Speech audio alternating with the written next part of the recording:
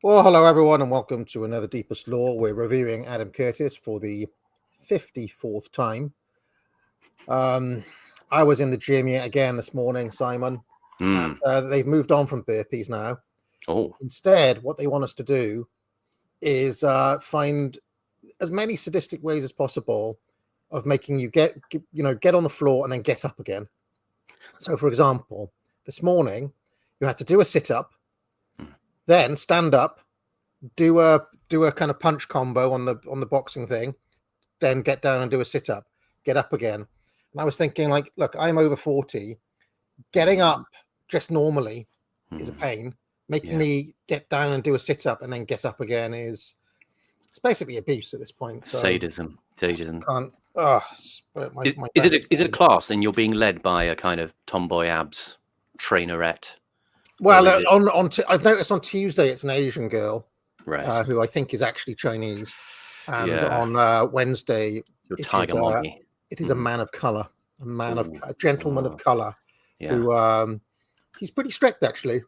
And he made me turn my treadmill up to he was like sprint. I had mine on 10. He was like, no, you can go up to 12. Fucking hell, I'm knackered here, He's like the black sergeant guy in Aliens, with his exactly cigar. He's a good character. But anyway, I've kind of fallen down. Just before we came on air, we were talking quite a lot about the homosexuals, weren't we? And I've basically spent all week listening to men of that persuasion who did synth songs in the 80s. Because I've become a little bit obsessed with my, bangers better than Madonna thing. Yeah. Because, I want to post at least 100 bangers that are better than Madonna, but also I have to contend with my own contrarianism, which means that, right? So, like I'll give you an example. Most people would put Eraser, A Little Respect. I was like, no, it's just too obvious. So I put Sometimes as my Eraser song. And things like that, little things like that. So I want to, for the know-it-alls on the audience, I want to throw curveballs. Yeah. But it often means picking the less obvious song. Like for Soft Cell, I've gone for Sex Dwarf. As opposed to Tainted Love. Tainted Love, yeah. Everybody would think of Tainted Love. Sex Dwarf is a banger, a little bit less known. So sometimes there's no avoiding it, It's nice. It's comforting, this stuff with the 80s bangers. I have to say, before we came on air, I mean, it was like being at the Backstreet Boys butt club, with everybody expressing their love for Shania Twain and all this terrible 90s music. But that's not really true, is it? Well, Horace, it is a lie. The Backstreet Boys. That's where I drew the line. Yeah, that was where I caused controversy. Where I assume we all agreed was that music did pop music, the absolute mainstream stuff, did drop off terribly in several times, but in the mid '90s and the late '90s, and has never recovered. And Shania Twain seemed to epitomise that, as did Ricky Martin. I think Britney Spears. That's all just dog shit. Having delved deeply into the 80s stuff now, the strength and depth is amazing. I'm currently. I mean, even though I'm layering them up. So I'm somewhere in October, Simon, and I'm on like banger number 68 or something. Yeah. And I still haven't even got out like the huge 80s hits, like Berlin or something, or Europe. I'm not, or Queen. I haven't even touched like the most obvious ones. I'm still working my way up, and I'm 60 deep, and I'm still coming out with absolutely world-class songs. Yeah. And 60 in, and you haven't even quoted a single song anyone's heard of or that did well.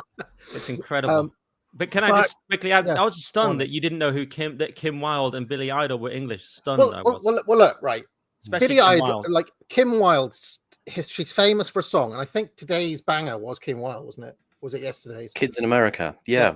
Her famous song is Kids in America. Yeah. And she looks American, so I was just like, I just assumed she was American. I thought that at the time. I remember watching that. I remember that video it was on the Kenny Everett show. He would play pop videos sometimes, and that was on there. And I thought she was American as well.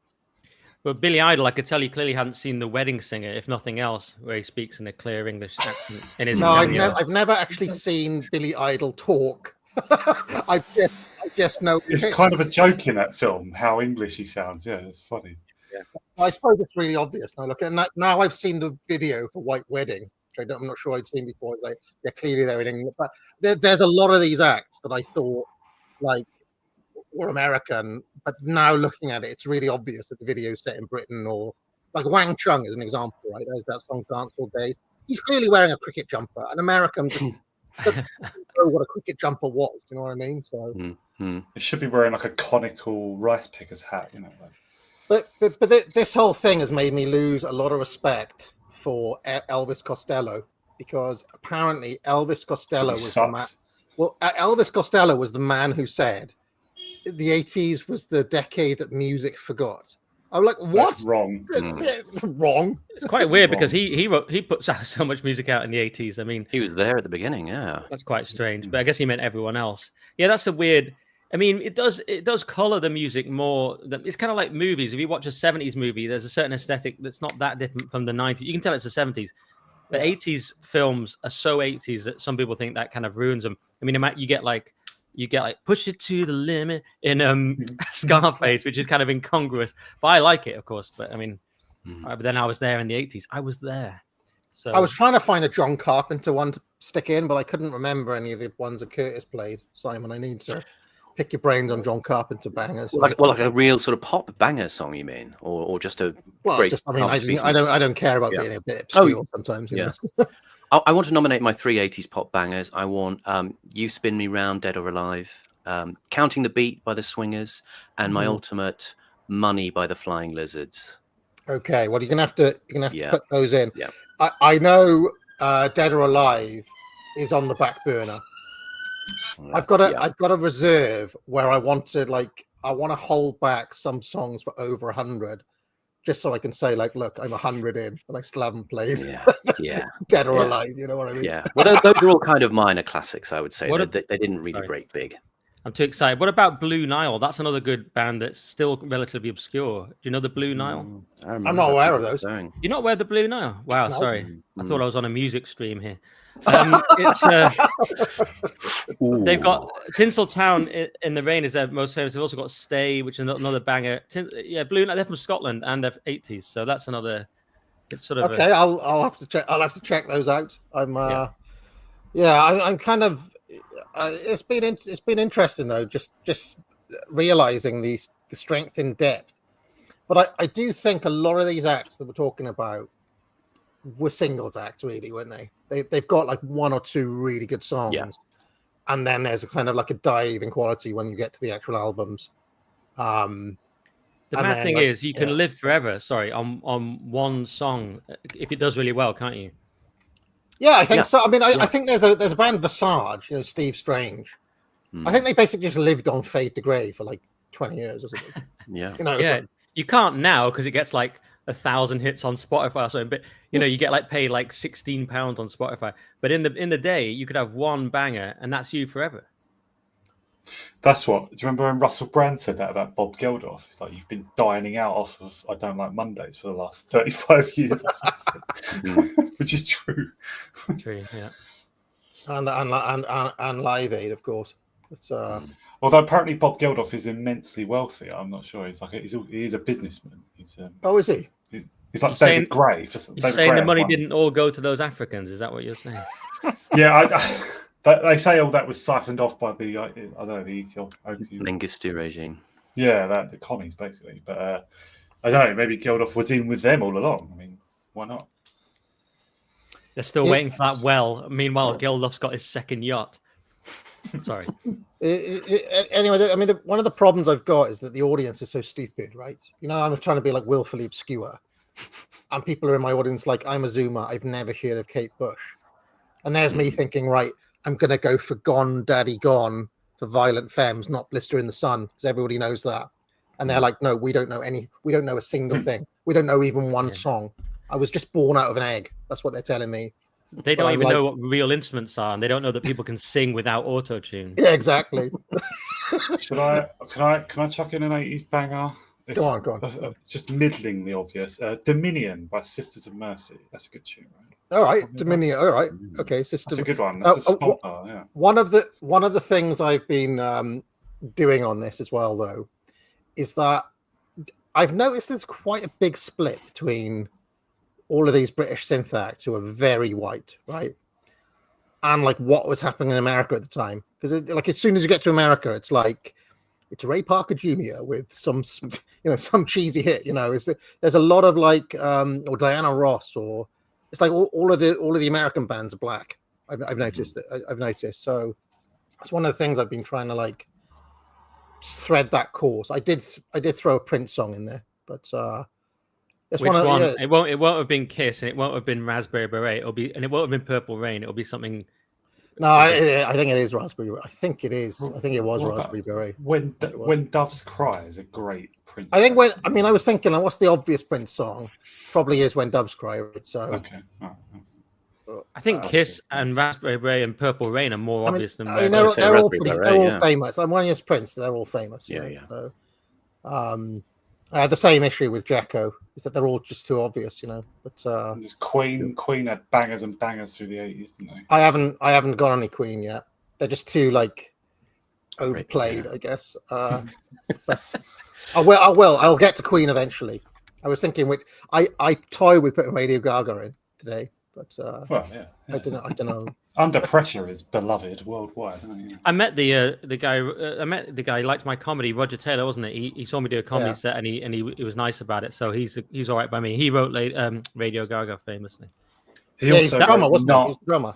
Yeah, I mean that's a bit obscure because that's not the obscure, but it's slightly mildly perverse because you're putting in a track written by the drummer, which could be considered controversial. But he was very good. So that's one of their fan favorite songs. So. I mean, Roger Taylor also wrote the classic Nazis '94 after he was in Queen, which is less well known. I don't know that one. It's not great. It's about Holocaust denial.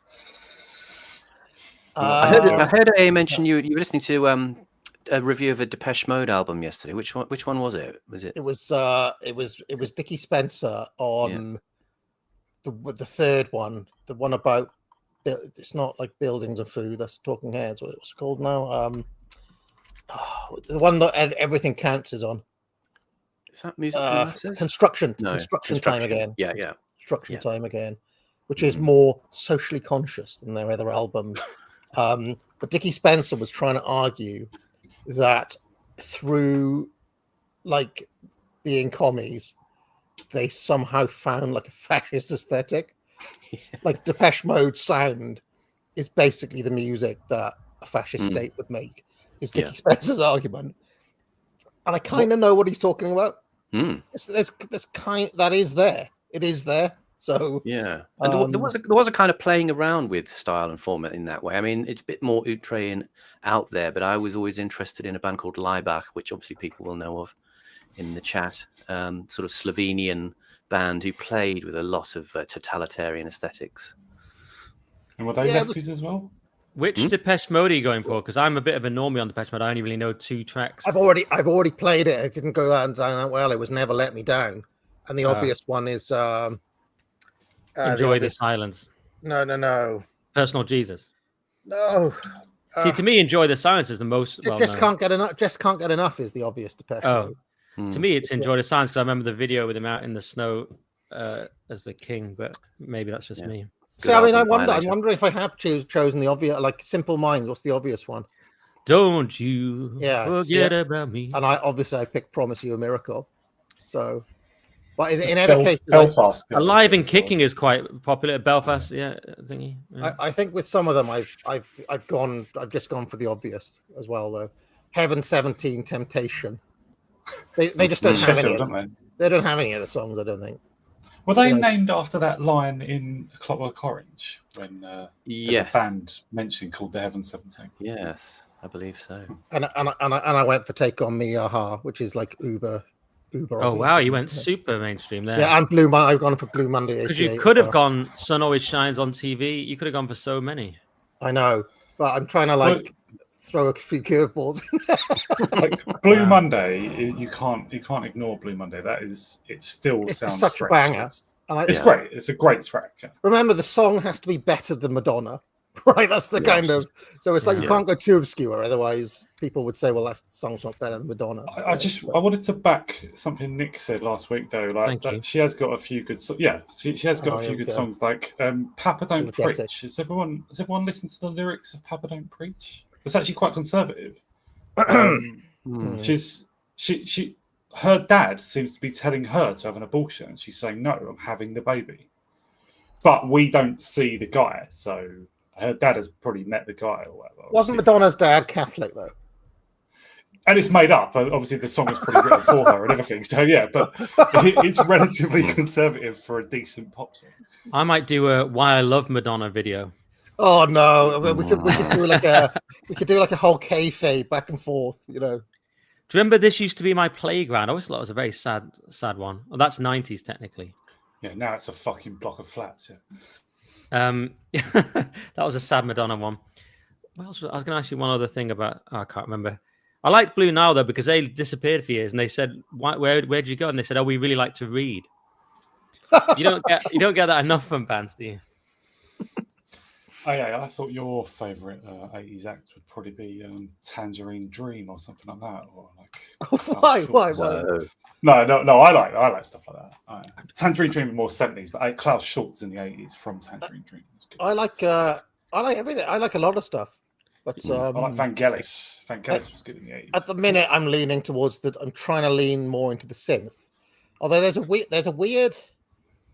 weird break in the 80s where it's like all these synth acts disappear and then it's just like Pixies or bands that sound like a bit like Nirvana, but like 2 years before Nirvana, stuff like that. Yeah. You know? Your weird. favourite 80s act is the Communards, isn't it? Especially That's the guy from Bronski Beat, isn't it? The Yeah, Communards. it's Jimmy Somerville, I think, after Bronski Beat. Yeah, I was watching one of their videos and I was like, why do I recognize the other one? And he became a priest. Richard became Cole, like a- yeah. Oh, He became yeah. like a TV priest or something. He's on Twitter and Yeah. stuff. Yeah, he's really lefty. Ooh. Really, he's like. I think they were communist sympathizers. That's why they called the Yeah. group the Communards. I think he's. I've heard it said. This must be bollocks, but Jimmy Somerville's a Stalinist. You could get him on. Is he? Get him on with Grover Fur. Yeah, Jimmy probably Somerville not is true, a but- Stalinist. I don't believe that. that's probably a massive exaggeration. It might have just meant like he had a go at a Trotskyist once. Or The something. I don't know, subtext- God knows. The I've subtext actually- of all his work. I've actually seen a few excerpts of Jimmy Somerville interviews, and his whole thing was like, "Look, we are gay, right? But we look normal." What? That was his whole thing. Like Jimmy his whole Somerville's thing gay? was, "We are gay, but we look normal." That's their whole thing. Yeah. Have Next you got? You're going to tell me a Razor sorry. were gay as well. Well, it's only I think, one they're of all, the I think Razor, wasn't every it? single one of them. I think like every single one of those guys is gay. Like No, Vince Clarke was in Erasure. He was from Depeche Mode, wasn't he? He's not. He's not getting. Andy I've Bell was doubly I've gay. also so realised it's up that guy, Vince Clarke, is in like every band. He's in Yazoo as well, for it. and He he's was in Yazoo, Depeche yeah. Mode, and he's in the Razor. Can I ask one but thing? Have yeah. you got Fine Young Cannibals in there? Not yet, no. And if you did, which track would you have? Because there's 3 tracks. Well, I mean, my mind goes to "She Drives Me Crazy." So of course, I'd but if you want to be obscure, I'd look at their other ones. But Well, I'd have to there's assess- Good Thing and there's Johnny Come Home. They're the 3 famous ones. But obviously, She Drives Me Yeah. Crazy is a seminal banger. It would have to be one of those 3, but I'd look at the other 2 to see if they're better than Madonna. They're I've all only better. got one- All 3 of those are better than Madonna. I've only got one Fine Young Cannibal story. I sold Roland Gift a theatre ticket at the Man in the Moon Theatre in Chelsea in 1996. Wow, was Does he nice? Talk like He was very nice, sings? actually. Very pleasant, yeah. Does he talk Smaller like than I sings? thought. What race is the main guy from? Like, he's one of those guys that's like, is he like? Is that a criteria of whether you can allow him in? No, but he's not like. I don't know. Is he from like Trinidad and Tobago or something like that? You see, He looked sort of Asiatic, His English English mother- black. English mother and Afro-Caribbean father, born in Birmingham, Sparkhill. All right, Yeah. interesting. Okay.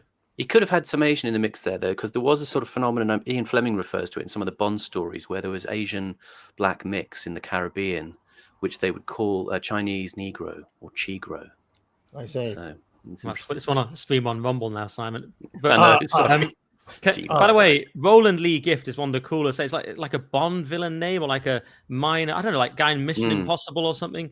It's an insane name, isn't it? Roland. Sorry, Michelin Impossible. Sorry, go on. Can I say what was that? Can I say one thing? Yeah. Oh no, I've forgotten it. Oh yeah, Proclaimers, Sunshine on Leith. You could have in there. Okay. All right. I see what I've started. I shouldn't have said this because now every day the banger will be thing, and Nick is going to be in there like what a mainstream pick, you know. Everyone knows Proclaimers, right? Oh, absolutely. Mm. But I reckon that I've opened a can of worms here. Oh yeah, because music's my obsession as well, and you've created a monster. Yeah, absolutely. You're gonna be judging my picks and being like, yeah, he could have gone, you know, be just way too obvious, you know. Anyway, the joke I tried to make a second ago was Michelin Impossible, like as in the German word for mixed race. Oh, that's too advanced for me.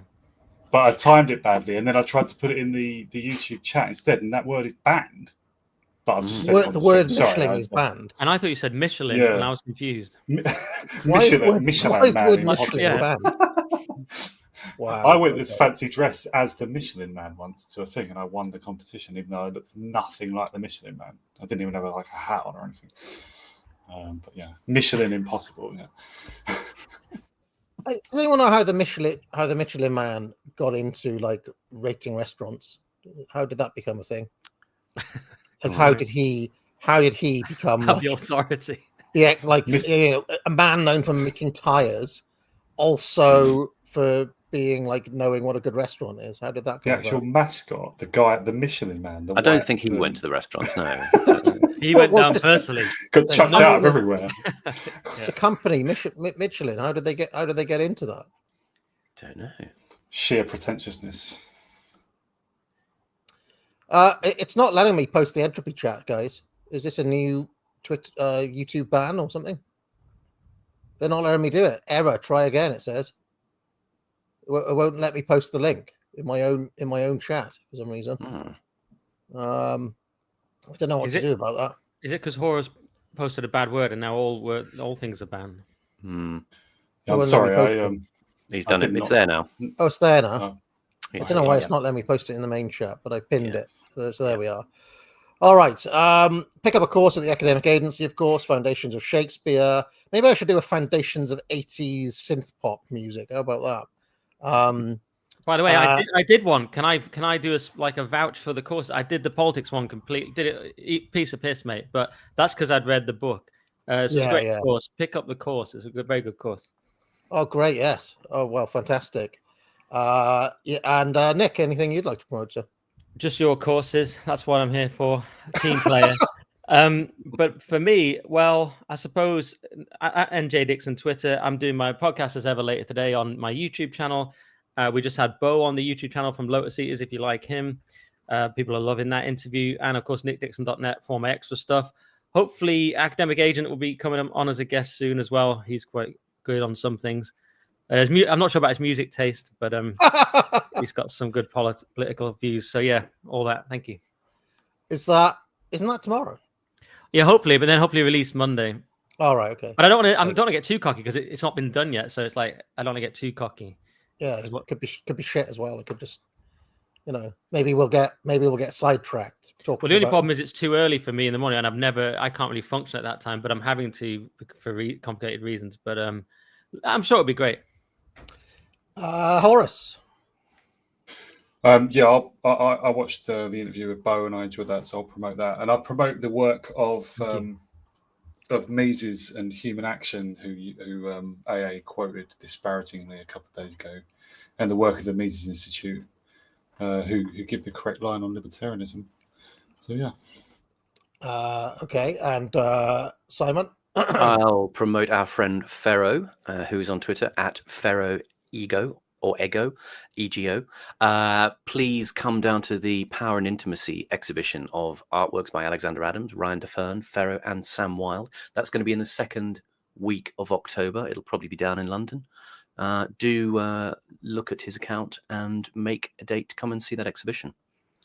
Yeah, and he did a stream with AA that I really liked. He was laying out the sort of case around civil war and why it probably won't happen, or hopefully won't. I thought Yeah, it was very good. wasn't it? Yeah. I haven't listened to it all yet, but it was very good. It seemed like a smart cookie, as Trump says.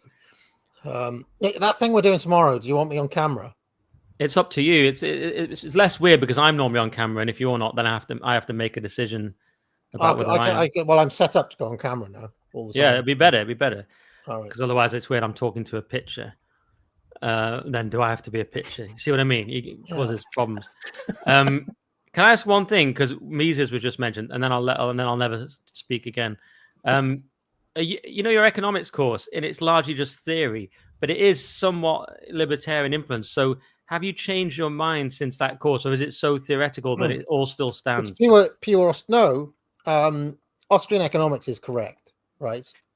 What I am saying in my recent videos is that you must follow the logic of that econ, and if you follow the logic of it, you will be open. You'll be pro open borders. You'll be be pro feminist and various other things, as a man like Mises was. Because it is in the nature of what the market is. So I'm just following. If you follow free market economics to its logical ends, it's global. It's a universal language that understands only a few simple things. Like, if I give you a choice between a 70p apple and a 50p apple, you're going to choose a 50p one, as an example. Nick, I can talk about Mises for you better than this if you want. Sorry. I'm just wondering because the course you'll know a lot about econ. Yeah, it's excellent, right? Especially for me because I'm an ignoramus on economics. But I did wonder because you were probably more libertarian when you did it. I just wondered if you'd changed your mind. Although it's like largely value free, it's not completely value free because you've got people like Rothbard and you're sort of saying they're correct and things like this. Or Mises, and you're saying they're basically right. Well, I mean, how can I put it? Like, it's not libertarianism is a set of policy preferences, whereas economics is just it's just like this is what is. If that makes any sense. This is. Mm-hmm. However, if you read Populist Illusion, which you have, you'll know I start there saying that the political always comes before the economic. Yeah. And it kind of largely fires econ in a way. So that's kind of how those things are reconciled. All right. But also they make a move. They say, there are two ways to allocate resources. One is the way of force, and two is the way of exchange. Well, the way of force is wrong because of it violates the non-aggression principle, so we must study exchange. So that one of the reasons I'm looking at Stalin and things like that now is like, well, it strikes me that the way of force does still exist, and I want to actually see like what happened, because what the Mises guys will do is they'll say, well, theoretically this doesn't work, and then they'll throw in a few anecdotes about like the size of nails or something in the Soviet Union. And that's it. Where I actually want to look at what actually happened. I mean, it could be that they're still right, but I still want to know what happened. So you're entering your force and coercion phase. Sorry, Simon. No. Good. I just wanted to say that stupid joke. That was it. Well, there's a reason though. There's a reason, and if you watch that video from yesterday, some of the issues that we're facing at the moment are going to take state action. Yeah, this is the question I was going to ask. I mean, actually, the joke Nick made is very pertinent. How did the Austrian school deal with China, so-called capitalism with Asian characteristics? I don't know. I think they just endlessly say it's about to collapse, or yeah, But who was it that predicted China would win inevitably because of the logic of the market? That was Brooks Adams in 1895. But he wasn't an economist. He was a He's in Prophets of Doom, right? As a kind of he's in Prophets of Doom. He's he was actually the great grandson of John Adams, the second American president. And Henry Adams is the more famous one. And I mean, Brooks Adams got like 2 or 3 more famous brothers. He was like the least famous of 4 brothers. I really liked him in the book because he's a kind of just an interesting, kind of slightly strange, misanthropic character, but kind of quasi genius. I kind of liked the fact that he was a bit of a loser, as was Vico. Vico's just like a stone cold loser in his life, and yet he wrote this very famous book, but it wasn't known until he was dead. 100 years after his death. So, just gives hope to all those incels out there. Yeah. All right, shall we? Where are we in this documentary, Simon? We are up to the chapter headed "A Cautionary Tale," which is going to start with an interesting story about one Donald J. Trump. I might dip out now because I don't actually like Adam Curtis that much. I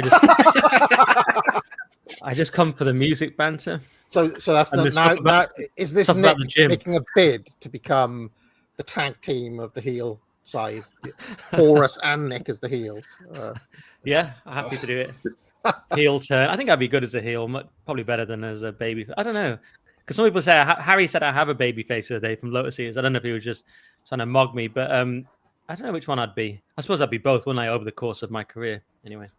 Yeah, all the best people. Well, I say that Ricky the Dragon Steamboat never turned. He was a baby face through and through. Jake the Snake couldn't have been a baby face any time, could he? He was a baby face. Really? He was. Yeah, he had a feud with Ted DiBiase. And in fact, if you watch the promo that Jake gives on DiBiase about like the color of money and stuff, it's amazing. It's a really dark kind of promo about how greed eats you from inside, like snake poison. Okay, I take that back. What about Ultimate Warrior? He was kind of like ambiguous, wasn't he? No, he was both. Baby face. He did. I guess he was a baby face. Yeah, but he was a slightly strange baby face. He was a little because he didn't really talk much, and he could fight Hogan. It was a bit. Where you may get confused is that he faced Hogan. Yeah, that was a face versus face match, which is rare face versus face. Did he never have when it was Hogan Savage turned heel for that match? Sorry, Horace, did the Warrior never have a heel fight at all? Was he always? I don't think so. I don't think. And he was thought of as like he couldn't. I mean, occasionally was on a tag team, but he was too individual, wasn't he? He couldn't be part of anything. Yeah, he was a loner, but he was a babyface loner. Backstage, unlike Bad News Brown, who was a heel loner. He was a heel backstage because they all hated him. Yeah, that's true. For real. Like in real life, he was a heel, but because he was mad, actually mad, right? They just didn't think he could wrestle, and he was a bit of a dick. They thought. All right, come on. Sorry. If you do those moves unsafely, you are a danger to everyone, aren't you? And he was a bit crazy. So. Well, that's what Goldberg did, didn't he? That's why I hate him. Right. So. Do you know here's a bit of trivia, right? I was thinking like who never turned, and my mind went to Honky Tonk Man, right? But Honky Tonk Man, this is very little known obscure trivia. When he entered the WWF, he was a babyface, right? He was meant to be a babyface, an Elvis impersonator babyface. The fans absolutely hated him. So Jesse the Body Ventura held a poll as to like what the Honky Tonk Man should do now. And the fans basically voted for him to become a rule breaker, which is a very strange little bit of lore. And if you can find that on YouTube, you'll see how the Honky Tonk Man became a heel. That is one of those things that very few people will know. So, doesn't that completely break kayfabe if they put it to a fan vote? Yeah, it's one of those. I mean, it's almost like in the Batman comics when they put it to the fan vote as to what should happen, and all the fans just said Robin should be killed. What should happen to Robin? Yeah, kill him. And that's Joker should win. Yeah, and Joker kills Robin with a crowbar in that. Sorry for spoilers, but anyway, come on, let's get going, guys. Let's get going.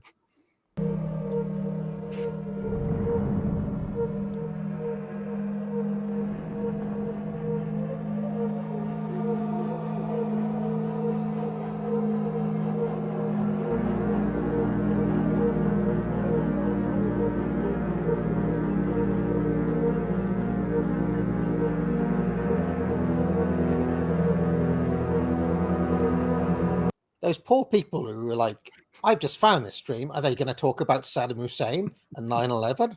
What is this rubbish? They'll be thinking. Anyway.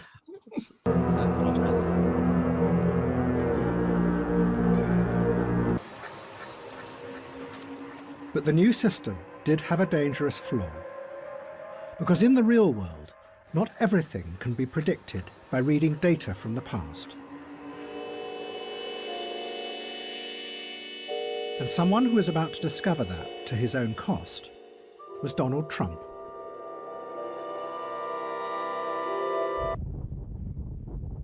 One day, a man called Jess Markham received a phone call. It was from Donald Trump, and Trump was desperate for help. Pause. Markham was a strange, mysterious figure. Just want to reiterate there. Remember when we talked about Lenin in the mausoleum, and how his body was gradually being kind of hollowed out and replaced with bits of wax. And yes. I talked about the idea of the image, the effigy, as wielding this kind of political power, even as the reality diminishes. And I use that example there, which you see the idea of Trump's name being plastered on everything. This sort of idea of people becoming a brand, and actually in a way like with Tony Blair, but beyond a brand, you get this sense of it's kind of a hyper-real situation for fans of Baudrillard. You get this sense of a greater presence, that when you see Trump plastered everywhere, you're moving into his world. And that is kind of a bit like Tony Blair as well. It's different from old politicians and businessmen. They create this sort of immanent thing throughout a system, a sort of spirit of a worldview. It's very totalizing. And the thing with Trump and his name being plastered everywhere is part of creating that new reality. Just a minor point. I have one small point to add, maybe of no value, but when I first watched this, I thought this second Trump bit was somewhat shoehorned in to keep the Trump, even though it's very interesting in its own right. He mentioned Trump earlier, so we had to keep the Trump thread going. And he went, and one person was Donald Trump. I just thought he's just trying to keep his Trump thread going. I thought that when I watched it the first time, that Trump was crowbarred into this, probably at the last minute. But yeah, has Curtis ever faced that question? Did you stick something there to be topical, or? No, not particularly. Not particularly. I think it's the actual interesting story here is the one about the gambler Khashoggi that he's going to discuss in a minute. That's a really, that on its own is just a fascinating story. I don't know if anyone was. Oh, so I remember when this came out. Was it 2017? Was it, or 2016? 16, yeah. 2016, like late in the year, wasn't it? Because it was after Trump was either about to become, because he was inaugurated in January 2017, but he must have been elected, I think, by the time this was made or something, or he was clearly going to be. Although it was actually quite a close. Anyway, somehow Curtis knew. And I just remember listening to, Curtis was this documentary was particularly well received. Curtis was known to some of us before, but this one was beloved, especially by the left. I remember Keith Woods thought this one was really brilliant as well, because I think Keith Woods was still sort of emerging out of the left in some ways. And it was on Chapo Trap House. Curtis was interviewed, and I think Curtis was doing a bit of fan service on this one. Trump really didn't have anything to do with it. In a lot of ways, but it was the idea of things happening that we're not prepared for and can't cope with or don't know what to make of. And I really thought Trump was shoehorned into this as well. In the same way, it was like a nod to the left. In the same way that the left is bemusing to me, right? They reacted to 2016 as a disastrous year, right? Trump and Brexit. They kept saying that phrase. And I think Curtis just sometimes falls into those left-wing it depends. He's going to talk about how at this point in time, late 80s, early 90s, Trump's empire is teetering, because at this point he's amassed about 3.4 billion in debt with his investments. He basically, if you remember Michael Milken from the Mayfair set and the whole thing of the junk bonds that rebuilt Las Vegas, he invested heavily in junk bonds. And he was paying a ridiculous amount of interest on them, something like 14%. He couldn't really guarantee his debt personally. He could guarantee only about 900 million of it. But he did a lot of these kind of high stakes investments in the 80s. At the same time, he was running failing businesses like his own mini airline, the Trump Shuttle, and he was running a sort of $30 million yacht as well. But the problem is a lot of the businesses had cash flow problems. At this point, it was all kind of sort of teetering as we were entering a sort of period of recession in the US and indeed in the world. I reckon 100 years from now, people will look back on that way of doing business and just think, what a ridiculous time that was. You're in debt, you're in trouble, you're struggling to pay it back. What do? You make your obligations even much, much bigger and make it much more difficult. But it does kind of work in the fiat age, in the credit-driven time. That does make sense for some people. Yeah, but it's wild, and they are suitably, flamboyant and kind of ridiculous figures. Like Trump is really insubstantial figure, but makes this huge impression somehow. A nuclear scientist in the 1950s and studied the effect of radiation from nuclear weapons on the human body. Then Markham had gone to Las Vegas and become obsessed by gambling. He had a photographic memory, and he used it to instantly process the data of the games as they were played. From that, he could predict the outcome. And he always won. The Las Vegas gangsters were fascinated by him. They called him the Automat. Where are we going? Let's go. Go. Donald Trump was one of the heroes of the age. But in reality, much of his success was a facade. The banks that had lent Trump millions had discovered that he could no longer pay the interest on the loans. Trump's empire was facing... Sorry to pause it, but we've had a decade of Trump as the politician now as well. And I've said this thing before, every time I've been sucked into Trump world, clearly I'm not in Trump world at this moment in time, but I have had times over the past decade of being sucked into the MAGA frame, if you want to put it that way. Anytime I kind of get invested in a storyline, you're always blueballed by the payoff, right? It's like he constantly promises a lot and then somehow the ending kind of gets away because there's a new promise. And it's just occurred to me that this way of doing business that you mentioned, Horus, he has then continued in politics. It's just right. That, there's so many things that just go nowhere, but everybody forgets about it because there's a new set of bullshit on the table, a new set of promises, a new set of hope, a new set of storylines, if you want to put he constantly. And the classic Trump thing back in the day, and he still does it now, is that you're in the middle of one storyline, he starts up a new feud. Starts up a new argument. Do you remember when he was on Twitter? He'd be right in the middle of some story, and then he'd just pick on some some pop star or some NFL star or something, and now you're in a new storyline, and he constantly did that kind of cascading thing, and it never what I'm saying is though it never actually comes to a payoff. It's always in 2 weeks or it's coming all the time. I just wonder if that's just his whole way of doing business his whole life.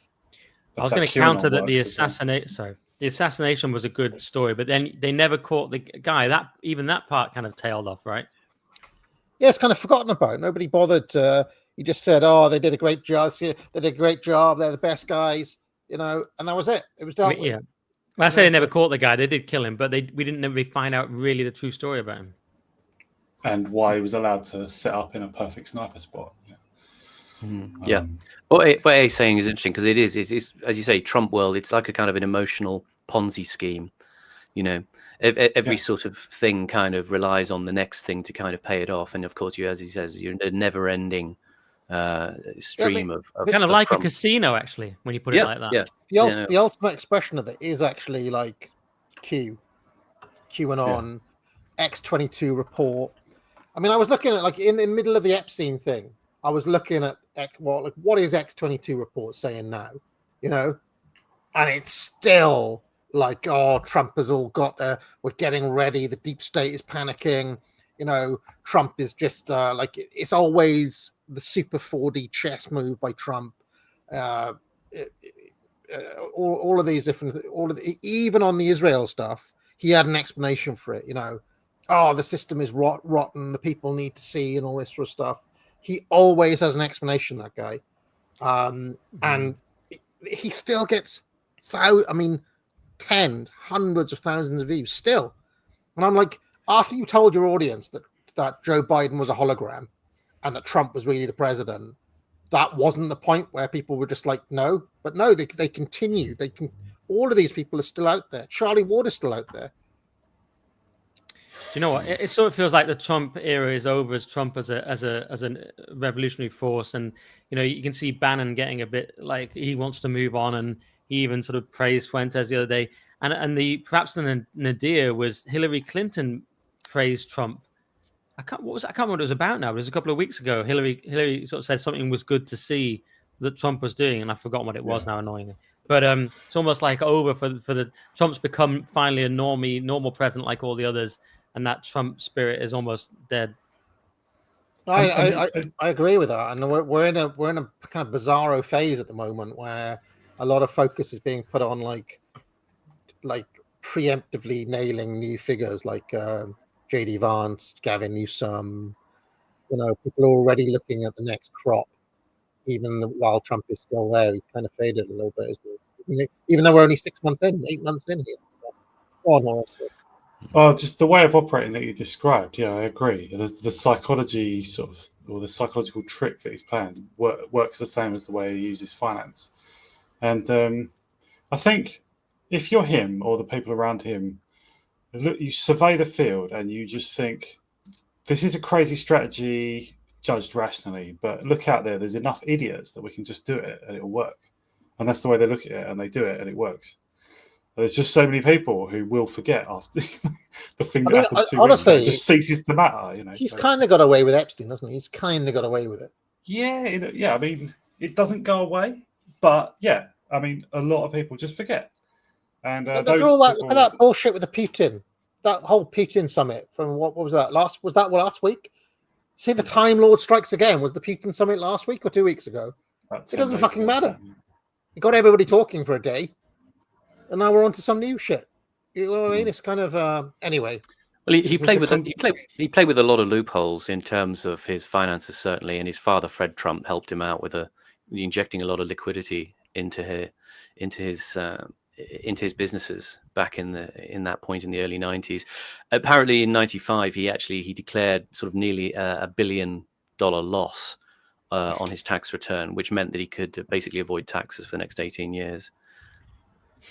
Hillary was praising his response to NATO, by the way, in his foreign policy. Just to fact check myself with it. Well, just to add the fact, but I don't think he's got away with Epstein because I think he's lost so much of the support of the base and the Fuentes types. Got away with it only in a very limited sense. Yeah, it doesn't go away, and it's really serious, and people are going to keep going on about that for decades. But in the sense that, like, he's not being pressed by the media, say, or like he's not being pressed by, it's not under pressure exactly. He's like that support, is ebbing away from him for sure. I mean, I agree with both of you, but just it's referring to like how his dad, obviously, he inherited a fairly something worth like tens of millions, I think, from his dad, like Fred Trump, right? And his dad was, well, according to Whitney Webb and people, others totally in with one or more of the mafia families in New York. I think out of necessity and maybe willingly as well. And various other people, like I've heard, like the Kushner family and like others around Trump, like other wealthy major sort of Zionist families and stuff. Some of them are known to have worked with the mafia as well and been, maybe mafia themselves further back. But also, when you talk about Atlantic City, Las Vegas, again, you think of the mafia, right? And the way that the mafia operated businesses, it just fits again with Trump's way of operating. Obviously, everyone's seen the scene in Goodfellas where quite early on in the film, Joe Pesci's at that bar and he maltreats the bar owner, and then the bar owner begs Joe Pesci's boss, Paul Vario, Big Paulie, to come in and take over the business, which he does for a little while, but just uses it to, I don't know, all sorts of strange shenanigans, like buying stock in. I don't know how it works, but they just rinse out the business and then just burn the building down. That's what it means for the mafia. You know, it's the same thing. It's just like, just get whatever juice, just squeeze this for whatever juice we can get out of it, and then throw it away. It's the same way that Trump probably sees the whole of America, the whole world. It's like these are people with no serious thinking. Everything's just instrumental. You know, there's no deep thinking about anything. There's no real value of anything. What I never understand is, like, when you're in your 80s, why are you still so materialistic? Why do you not care about your legacy at all? But some people are like sociopaths. And I think Trump has no higher values other than the transaction at all. Nothing. Other than survival, than his own survival, and just being at the peak of things, being at the top of things, being seen as a winner. You know? Yeah, but there is that phenomenon Curtis referred to recently in an interview of there is a whole class of people who do trades based on Trump changing his mind, and the taco traders. Trump always chickens out. You can rely on that. Do you know what Trump has said in the past couple of days? By the way, he wants to rename the Pentagon. He wants to rename the Department of Defense back to the old title of the Department of War, just because it sounds cooler. It's like Department of War. Department of War. That sounds cool. That's kick-ass. You know, like what? Like this. Anyway, let's go. It's so shallow. Yeah. Bankruptcy. His wife Ivana hated him because he was having an affair with Miss Hawaiian Tropic 1985. And then, a famous Japanese gambler called Akio Kashiwagi came to one of Trump's casinos and started to win millions of dollars in an extraordinary run of luck. Trump, who was desperate for money, panicked as day after day he watched millions being siphoned out of his casino. Ever seen that film, The Cooler?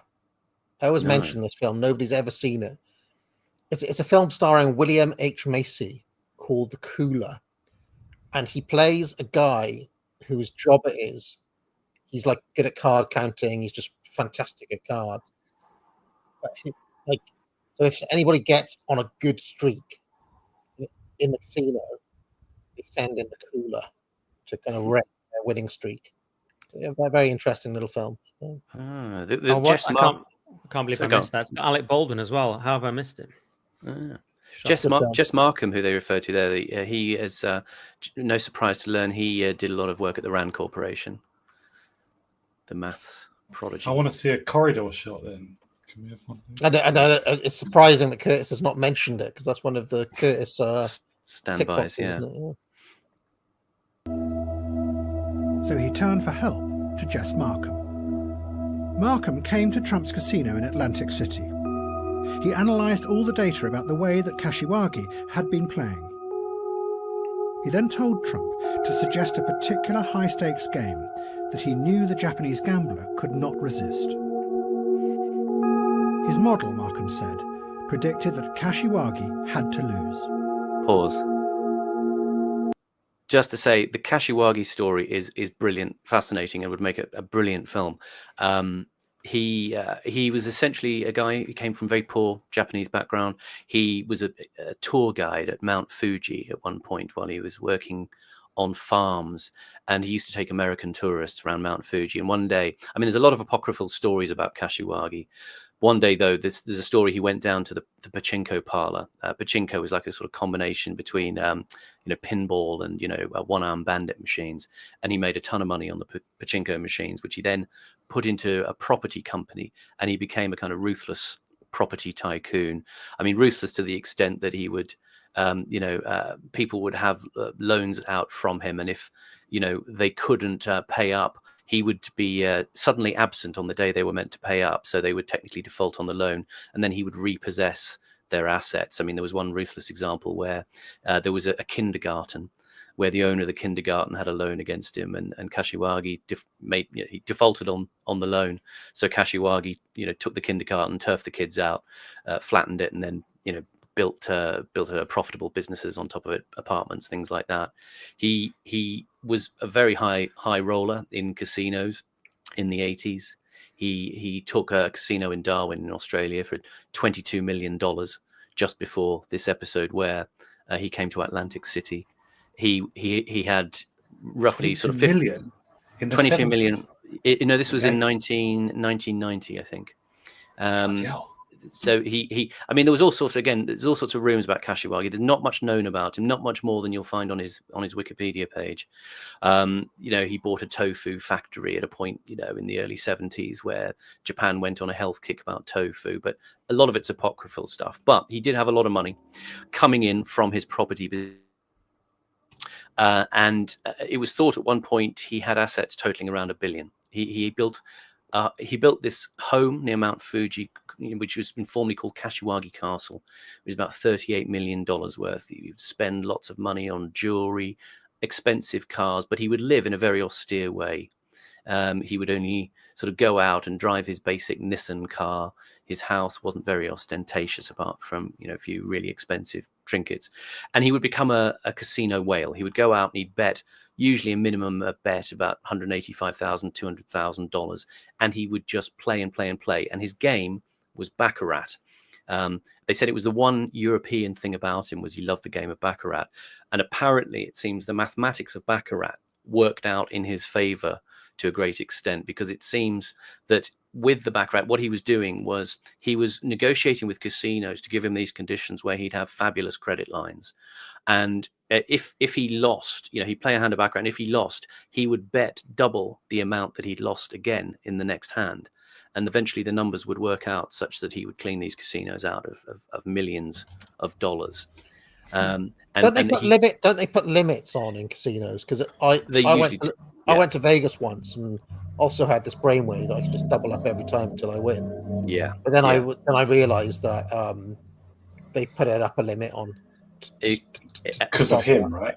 Exactly. To stop that. Exactly. Because of people like Kashiwagi and Jess Markham, who was a blackjack player. He made a lot of money playing blackjack at a time. When you could play, basically, the house normally has an advantage in these games. And Markham found the way that you could actually defeat that advantage by inventing what you call card counting.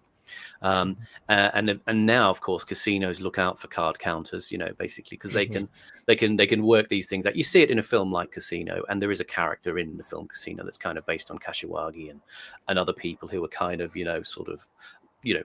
automatic polymaths when it comes to these kind of gambling situations. But Kashiwagi, he was all over the shop in Europe and Australia and America. He'd carry $1.5 million in cash with him most of the time. He would insist on playing facing east in his special chair, because it was a sort of element of a Japanese geomancy, apparently, that he thought would give him luck. And all the casinos would woo him with first class flights and suites, and they'd fly his chef everywhere. He was kind of an incredible status gambler to have at your casino. And this first time he came to Trump's casino, he basically took him for $6 million, and Trump was basically apoplectic and had to try and lure him back, and spent a lot of time trying to get him back, to get his money back, because Trump was really in the shit at this point financially. And Kashiwagi would then go off to Europe, and he'd win millions. He'd also lose millions as well. But essentially, this second round, Trump got Markham in, and they kind of, Markham worked out essentially that you could defeat Kashiwagi's system by getting him to play. If you could get him to play for more than 75 hours, because Kashiwagi would just play constantly. He would sleep for about 20 minutes at a time every so many hours. But he was just an absolute machine, and he would play for days. So he would play for 5 days, he'd think nothing of it. And continuously playing over that time. Eventually, the second time, Kashiwagi came back. They did set conditions, and they said, well, we'll give you a $6 million credit line, but you have to play until you double it or lose it all. Okay. And they worked out that the likelihood was if they could keep him playing for more than 75 hours, his odds would drop in terms of winning to about 15%. And that way they could get the money back. Wow. And as you go on, as I say, it's fascinating trivia you can find out about Kashiwagi. A lot of it not true, some of it true. But one thing that Trump noticed was Kashiwagi started losing when they put female croupiers on the tables. He said, apparently Trump, in one of his books, he said there was a pit manager, and he said Kashiwagi started losing big time when it changed over to a team of women on the tables. And then Trump kind of seized on it and said, right, I want women dealing to this guy all the time. And he would absolutely make sure there were only women on the table. So yeah, your odds go down when there's women running the table. I mean, I'm sure I've told you this before, Simon, but you know, when I said I went to Vegas and I had that brainwave, that was during my first honeymoon. And I went, it was roulette. And I was like, this is just surefire. It's mathematically certain. It'll just come in. Yeah. I lost 5 times in a row. Yeah. And I had the entirety of our spending money for the entire honeymoon on it. And it did come in on the 6th time. But I have never sweated so much in all my life. I was literally, absolutely. You know, that meme of the guys like sweating from I was literally like, fuck, if absolutely. I lose this, I've lost absolutely. all our money. And there are stories about Trump in exactly the same hyper agitated state. There's even a story that during one of the games, Trump got somebody to pull the fire alarm in the casino, so they had to stop the game and evacuate. And you know, Kashiwani would have to come back. What kind of business is this? Like every way that people find of having a chance, they have to close it off with just arbitrary rules. It's like Formula One, but obviously Formula One is just for rich pricks who can afford to lose their money. Do you know what? I hate to delay it further, but you reminded me of my gambling story, which maybe I should share as well. I've never gambled in my life, and I don't understand maths and things, so I'm not the kind of right person to do it. But one day I had like a flu and I was at home, and I listened to this guy on a Joe Rogan podcast who was an artist of some kind, saying that he won a huge amount of money with this particular system where he just cracked gambling. So I was like, oh, I'll do that. Just immediately, I got online. I've never done it before. Went on Betfair, one of those things. I went on the roulette table, figured out the one that was the best one for this. And it's called the Martingale system. Do you know about it? I've heard the name when I did my research, actually, yeah. Yeah, it's a betting strategy system. It's known as there's a certain name for these types of systems. I can't remember, but they don't really work long term. But I just thought I'd cracked gambling, so I put in like $2,000, which is insane anyway because I had barely any money. It was like all my money, and I suddenly made like $8,000 like really quickly, and I was like, I've cracked gambling and life. And in my brain, I was like, right, I'll just do this. This is when I was doing comedy. In my mind, I'd already quit. I quit comedy in my mind and calculated how I could live off this my whole life. And I started winning all this money. I'm going, this is so easy. And then what they do is it's really easy to put in money. But if you want to get your money out, you have to put it in a little holding pen, which is pure scummery. So I suddenly started losing the money. And I suddenly realized, and the only reason was I hit the table limit. So with this system, you bet. And if you lose, you bet the same again. But if you win that throw or whatever, that deal, you then double it. And then if you double it again, you double it again. And that's how the system works. But the only problem is you hit the table limit. So then you're doubling, and suddenly you've hit the table limit.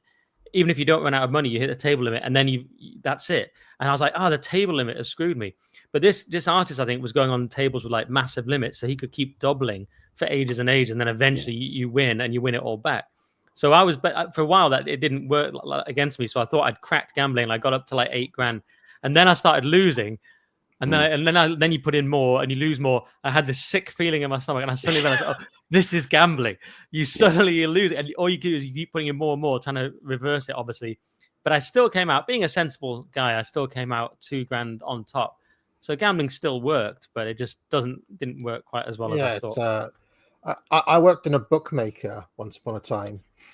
It was called Jack Brown, and there was an old Welsh guy working there called Di. And he's like, there is a way of always winning in horse races. Because in horse races, I don't think there is an upper limit for one. And he said, basically, you just calculate the amount of money that you want to win. Let's say it's £100, okay? And you bet on the favourite. You bet enough that you'd win 100 on the favourite. If it doesn't come in, you basically just do it like... You need a lot of money to do this, right? But you just bet on the favourite again, calculating again to win £100 plus what you've lost already, and you just keep on doing it until it comes in. So the favourite will come in eventually. You just need balls and like a lot of money, basically, and it will always work. And as far as I can tell, he's right. So if you were like, if you had like $1 million in the bank, say, and you wanted to win like £100 a day or whatever, you could just do that forever. And as far as I can tell, that is like I don't think there's a way of that not working. You just need a lot of money to do it. Am I wrong? There are various systems in most kinds of gambling that can pierce through and consistently make money, but like they just ban them all. They're just like, sorry, like you're not supposed to win. We're supposed to win, so you can't do that anymore. And then they warn the other. They have like a cartel of. They warn all the other betting companies, don't let this guy in. He does the system. It's just like that. Yeah. It's just it's so criminal. Really, card counters are banned, and there's all kinds of tech surveillance as well. I mean, even to the extent I understand that they put RFID chips inside the actual casino chips that you're betting with, so they can map the movements of the betting gains and losses from people. Because any time someone starts winning consistently, you might get lucky one time, but like any consistent wins just show up obviously as red on their balance sheet. They're like, where are we losing money? Well, this guy's winning at blackjack, right? Just change the rules, basically. It just keeps happening. Of course, Norm Macdonald, I think he was mentioned maybe before we started, he gambled. He lost everything a couple of times, won it back. Big gambler. Dostoevsky, of course, another famous gambler, wrote a book about it called The Gambler. Just chuck that in, irrelevant, really. Yeah. For some reason, all the gangsters, even though they run loads of their rackets are based on betting, like numbers and stuff, and they run casinos, like still loads of them are terrible gamblers and get themselves killed and stuff. It's like John Gotti was a terrible gambler. Arnold Rothstein was like, who rigged other sporting events to gamble on. He still got himself killed by running up like a couple of mil in gambling debts. I told you the story about working at that place is that every single day the guy from the Chinese would come down, same time every day, and he'd just stick $2,000 down. As far as I could tell, he was taking the entire takings of the Chinese restaurant and sticking it on a horse every day. Sometimes he'd win, and he'd win big. Sometimes he'd lose, but every single day without fail, he'd stick down a $2,000, something like a $2,000 bet, and that was back in the late '90s. It was quite a bit of money back then. So. Yeah, it's kind of weird, isn't it? Weird world. Anyway, let's carry on. And after 5 agonizing days, he did.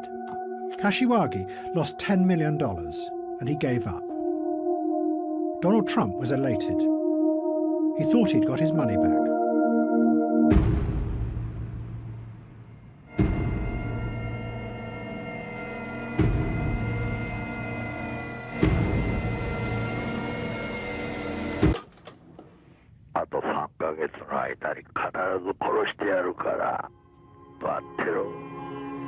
Before Kashiwagi could pay his debt, he was hacked to death in his kitchen by Yakuza gangsters. And Donald Trump... Wow, I didn't see that coming. Forgot about this bit. It was very mysterious death. Somebody managed to get access without breaking in to his place. So they think it might have been someone he knew or was familiar with enough to let in. But when they found him, they say he'd been stabbed with a samurai sword between 20 and 150 times. And the white paper screens, because he had traditional Japanese decor, were all just completely covered in blood. I tell you what, if you're going to go out, that's a pretty cool way, isn't it? It's better than like sitting on the bog eating a burger like Elvis. That's a heck of a range, 20 to 150. Like, can't you narrow it down a bit? Again, it's difficult to find the details on the case, but the estimates range. Yeah. Was he armored or something? Like, why not just a pistol with a silencer? Like, what? The theory is, I mean, essentially, at that point, I mean, Kashiwagi had really crashed out. He was massively, I mean, we're talking hundreds of millions of dollars in debt for his own personal company, but it was $130 million in debt. And he owed, 10 million here, 15 million there to various casinos. He paid back Trump 6 million of the 10 he took. And they were pursuing him for the 4 when, he met his end. And one of the theories is that one of the reasons he had so much to bet was he was actually associated with Yakuza in Japan. He was laundering money for the Yakuza by putting it through the casinos. And and when he stopped winning, he stopped breathing. Wow, you're right about the movie. That'd be so good. Trump's going, this guy's a total loser. We're going to get all his money. Then he's like, phone rings. What? Heck to death. Brilliant film. Brilliant film. We have to cast it. Who plays Trump? Who plays this dude? Trump sends someone around to try and get the money from his bleeding body, but it's all gone. Yeah, and the idea of the stabbing chorus was that, I mean, the Yakuza traditionally, when they kill someone, they do it in such a way as to make a point, to send a message. Okay. I mean, after the first 10, it's getting to overkill. You know, strike number 37. I mean, the guy is dead, guys. You know. Didn't get his money. Trump's business went bankrupt, and he was forced to sell most of his buildings to the banks. And he married Miss Hawaiian Tropic.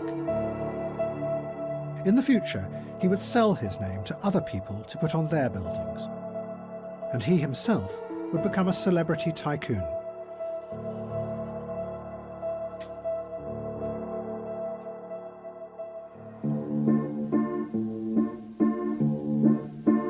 President Assad didn't want stability.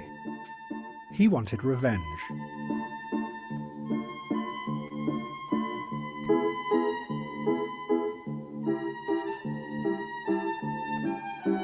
In December 1988, a bomb exploded on a Pan Am plane over Lockerbie in Scotland. Almost immediately, investigators and journalists pointed the finger at Syria. Was it Pan Am Flight 2103? 103, yeah. I know that because it's a reference in a rap song. I hate to say. I think it's a Wu-Tang song. I could be wrong. There's a story that Johnny Rotten was going to get on the flight, but missed it. Apparently, just missed it because his wife took ages packing. So sometimes wives are done, safety. They said, in revenge for the Americans shooting down of an. Did Johnny Rotten say, I wish I could have got on that flight because it's better to burn out than to fade away. He wasn't quite that nihilistic at that moment for some reason. Right. Iranian airliner in the Gulf a few months before. And for 18 months, everyone agreed that this was the truth. But then, a strange thing happened. The security agencies said that they had been wrong. It hadn't been Syria at all. It was Libya who had been behind the Lockerbie bombing. But many journalists and politicians did not believe it. They were convinced that the switch had happened for the most cynical of reasons. That America and Britain desperately needed Assad as an ally in the coming Gulf War against Saddam Hussein. So once again, they blamed Colonel Gaddafi as the terrorist mastermind. Can I just ask a question? Maybe we dealt with this already, but wasn't Assad a Ba'athist? A Ba'athist, yeah, that's right. Sort of essentially pan-Arab socialist, yeah. Wasn't Saddam a Ba'athist? Yeah, but if you like, Assad was seen to be, if you like, the kind of left, if you like, of Baathism, and Saddam was seen as the right of Baathism, the more nationalist element. But they didn't have enough pan-Arab solidarity to be like, yeah, we're not going to back. Not quite. No, right. No. He threw his lot in with supporting Iran in the Iran-Iraq war. Arabs, man. Yeah. Arabs. Can't trust each other. Well, Syria, of course, was unfortunately accused of many terrorist outrage and of harbouring terrorist groups. It appears that we have now restored relations with them, as have the Americans. They're now our friends, although we get no real assurances on the past whatsoever. It strikes me as very strange indeed that many of the things we thought were previously the responsibility of Syria have now dramatically become the responsibility of Libya. Pause. But Assad... Just a quick note on that chap, Teddy Taylor, Tory backbencher in the 80s. He was a Eurosceptic. He was in the infamous Monday Club, the very right wing of the Tory party. He was very keen on bringing back capital punishment. He tabled a bill for that, and he was anti-metrication, very much Eurosceptic, and he was a Maastricht rebel. He said a couple of interesting things. He said Nelson Mandela should be shot, but he was also a fan of Bob Marley, interestingly. I don't mind some of the music of Bob Marley, but I would give props to Teddy Taylor. Everything I've seen of him, he was, there's like certain people in the Tories, like obviously Jacob Rees-Mogg, younger, but like people like Bill Cash, who are often given credit for being like leading staunch Eurosceptics. They converted to that in the 90s. Teddy Taylor was there in the 80s or even the 70s. He was hardcore, but he tried to stop the like Thatcher and I think maybe even Heath, definitely Thatcher in the 80s, passing the Single European Act and stuff. He was proper. He was like anti-EU pretty much. Like everyone else went as far as Euroscepticism. He was further. He was great. Good on him. Where was his accent from? What accent Glasgow. He was MP for Southend though in Essex, but yeah. I think there's something about the Scottish that makes them more political in a way.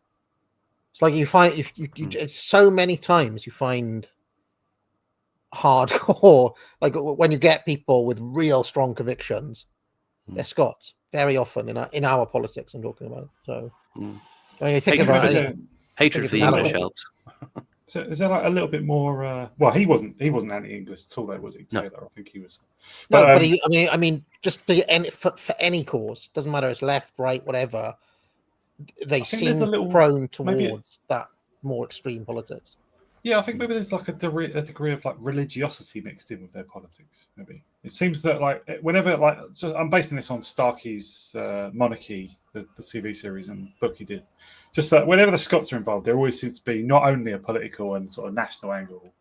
You know, obviously there was often at odds with England before the Union, but also just religious disputes. Like Scotland, the Scottish Kirk had a role in starting the English Civil War, didn't they? Not by design, but they invaded England. That was part of the trigger of the English Civil War, and it was for religious reasons and stuff. Yeah, there's like Calvinism. Well, exactly. Yeah. Calvinism is kind of, it always seems to get involved in politics and stuff. And it's like very much. But you could put it the other way. You could say, well, the Scots inevitably became Calvinists because that's what they're like. So they chose like the most hardcore version of Protestantism possible, if that makes any sense. I mean, there's a description of Carlyle that is often used: Calvinism without the theology. But you could, I wonder if that is truer in general. Of just trying to think of like politicians who take a stand in history. A lot of them are Scottish. Even like weird like Galloway or Robin Cook or Malcolm Rifkin. Well, yeah, maybe. Not so much. Not so much with Malcolm Rifkin. Was not really in control, because he had released forces that no one would be able to control. The force that 10 years before he had brought from Iran to attack the West, the human bomb, was now about to jump like a virus from Shia to Sunni Islam. Nick, someone in the chat is asking, how is the Coke diet going? Is there something you want to tell me? What's the Coke diet? Is that something that you've referenced on streams and things recently? I mean, I drink a huge amount of Diet Coke. Is that what it's about? I don't know. How's the Coke diet going? Is that like... I'm not totally... I think it's just where you drink loads of Diet Coke, as far as I know. Do you not... What's wrong with Coke Zero? I moved off it. I know this is why people tune in for this, so I'll tell you quickly. I was a Coke Zero addict, but I gave it up for Lent. But as a loophole, because I couldn't cope, I started drinking Diet Coke. Because technically, I'd only given up Coke Zero. Nick, I'm not a theologian, right? But come on, man. I know, it was poor. I managed nothing for a while. Then I thought, well, yeah, that is. As I'm saying that now, I'm regretting admitting that. Do you think the big man is like, he's sticking to his word? It's actually Diet Coke. Well, it's like Jewish people with all that light bulb stuff, and you can't turn a light switch on a certain days. I got addicted to Diet Coke instead. So now I'm on Diet Coke, and now I can't drink Coke Zero, even though I would have maintained for a long time it was far superior, and that Diet Coke was swill. It's strange, isn't it? But I'm not totally sure what they're on about. I think it's just that I drink tons of Diet Coke. It's funny, actually. I tried to stop the other night because it made me feel ill because I drank so much, but I can't seem to stop. I think that's what it's about. This is actually like a classic Jewish thing. Is trying to like lawyer God with technicalities and things. It's like, yeah, this is what they're famous for it. I've just become pagan instead because I don't even have a stance on Diet Coke. I worship the sun and I drink. Actually, that's not true because the sun kills me because I'm too fair skinned and I had a minor skin cancer. So can't be pagan either. It's tough, actually. It's tough. Stuff like that. I used to drink Diet Pepsi years ago, and it gave me a kidney stone, which was horrendously painful. Oh, Yeah. Is that a risk of drinking? I think, I don't know if they made it with different stuff then, but yeah, diet drinks. I was drinking lots of Diet Pepsi for some. I don't know why. Maybe it's just a flavor. And you went with you had Pepsi instead of Coke was your problem. it was the punishment. Yeah, I think. Yeah. If you had drunk Pepsi instead of Diet Pepsi, would you still have got the kidney stone? No, it was Bloody the hell. diet stuff that's in the diet drinks that was doing it. Can you imagine though that Nick, whenever he finally passes from this, gets up to the pearly gates? Peter and Paul are there, and they're like, "Oh, you were doing very well, but Lent 2025, the Diet Coke. You think you're going to get? You think they're going to put that past us? Go on, down with you." What would you do? What would you kick yourself? It'd be like shit. It'd be like a Twilight Zone episode. They'll be like, "Oh, it's essentially the same thing." thing. Yeah, you've reminded me. This is obscure, but see, the one area of expertise I have, which is never utilized on anything I do, is fiction, particularly post-war American fiction. Stanley Elkin had a novel about that, where the one he does everything perfect, but he goes up, and the one thing he did wrong was he opened on the Sabbath. He opened his shop. And that's it. He's done. It just popped into my head. Can't remember what the book is. It might be The Living End. Anyway, so yeah, you can have those little. That could happen, couldn't it? I suppose they might focus on all the people I've killed first, though. Is that what that Kate Bush song? The Kate Bush running up the hill made a deal with God. It's actually about Kate Bush drinking Diet Coke. She that is what it was about. That's where I got the idea. Actually, Kate texted me. Some years ago, I remember I don't know if it was, before, like, I don't know, the internet was like it is now, that a lot of stuff just got around by viral emails, right? Yeah. Someone once sent me it must have been a long time ago, like email of like Shabbat workarounds. And it was, it was funny, but it was also, it might even have been a YouTube video, but it was funny, but it was also, I think, real. Like, yeah, on the Shabbat, we're not supposed to turn on and off a light switch, but we can get someone else to do it, or we can press a button on a device that does it for us and stuff like this. I was like, what? So the theological implications of that are just hilarious.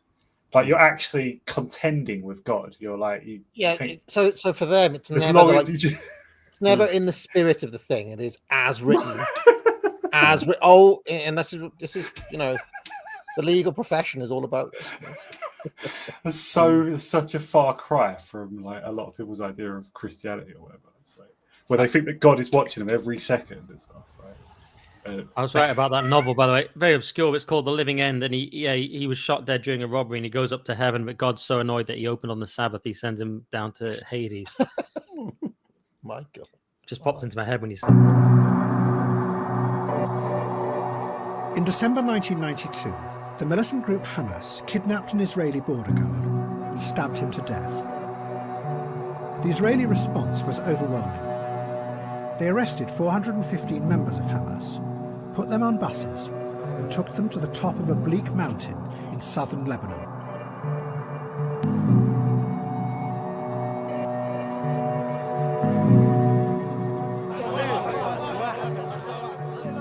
They left them there and refused to allow any humanitarian aid through.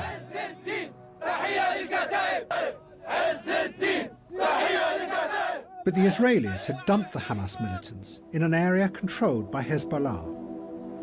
They spent 6 months there, and during that time, they learnt from Hezbollah how powerful suicide bombing could be. Hezbollah told them how they... Sorry, why did the Israelis do that? Are we just going to let that roll? You dump these Hamas militants right in Hezbollah territory. Why would you ever do that? Well, I don't think they're anticipating it. They were in a kind of no man's land area between Israel and Lebanon, and both sides kind of either started putting up roadblocks or mines to keep them trapped there. So I don't quite know how they actually the Hezbollah got to them, but they did somehow. These guys didn't have no food at all. They had like rice and potatoes, but they were just out there in tents for months on end, and obviously it completely radicalized them.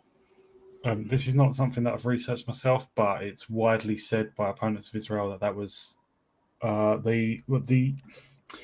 Netanyahu I think he was prime minister at the time, wanted Hamas to become the main opposition because the PLO were actually reasonably credible, whereas Hamas would help turn, the rest of the world against the Palestinian cause, because PLO were somewhat more restrained in their violence, although they still did kill civilians as well. They were secular, weren't they? Yasser Arafat. That's right. Yeah, like Netanyahu and co preferred a fundamentalist Islamic opponent in power, ideally, and obviously that did play out in Gaza in the 2000s decade when Hamas had one election, won that, and then they've never had another election. Right. They just killed the opposition afterwards. Yeah, they just terrorize and murder anyone. Any threat to them.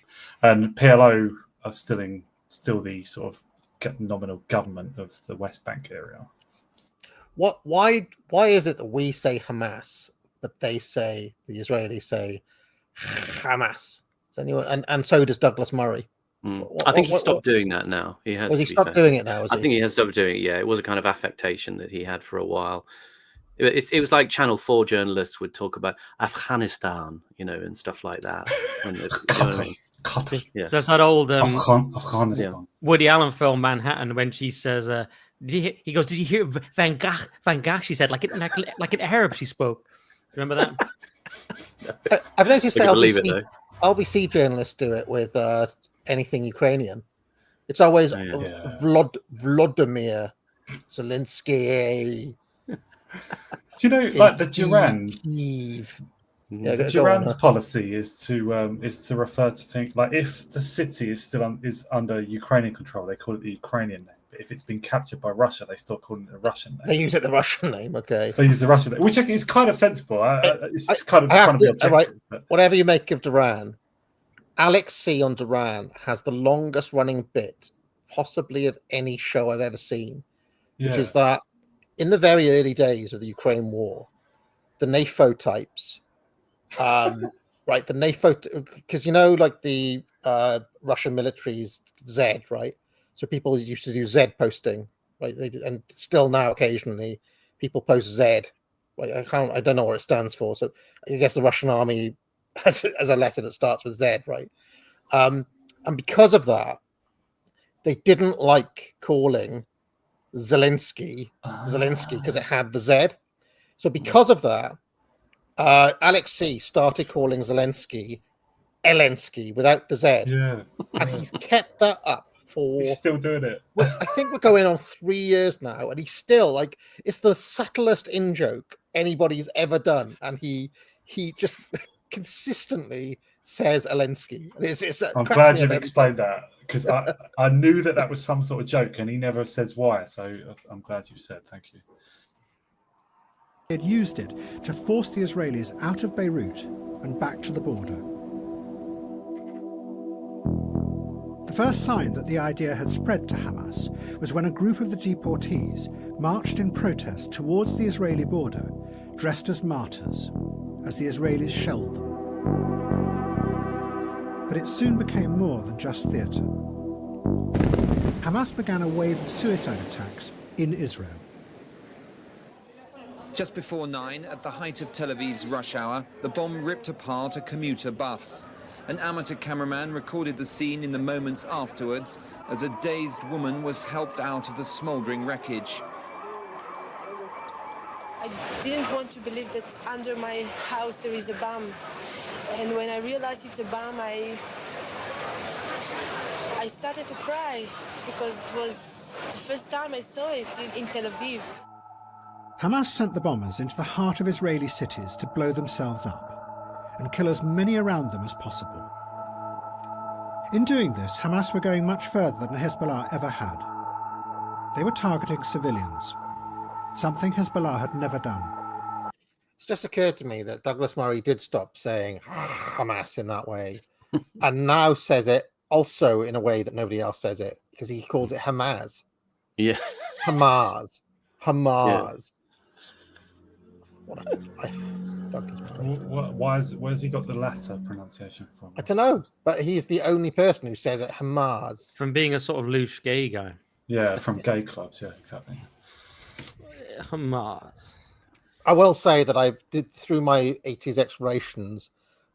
I reckon if you were a gay guy who was 16 in 1980, probably you had the best. That was probably the best thing ever. I thought you were going to say you had. Well, I won't say it. Go on. I kind of wish I had been a gay guy in 1980. 1980, 1981. Going to the London clubs, it must have been an amazing period. Yeah, because you had to just be a gay guy in the 90s, and it was all over. Sorry. Yeah, it wasn't as good. I mean, I I got Queer as Folk. That was quite good, but other than that, we had nothing compared to. You got the whole entertainment industry, yeah. And you in Wales, right? So you were the only gay in the village.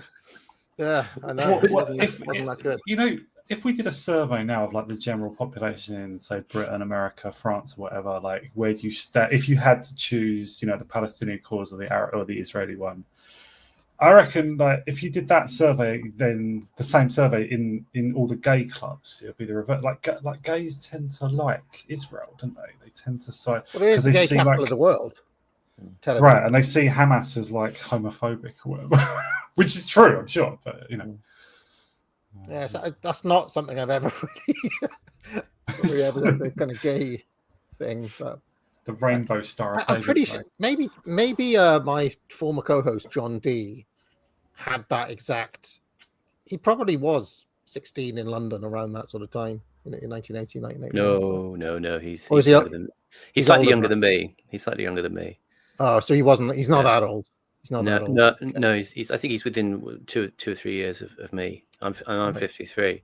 So I think it wasn't your tweet though. The one you did was it was kind of like being 15 in 1980 was kind of an optimum.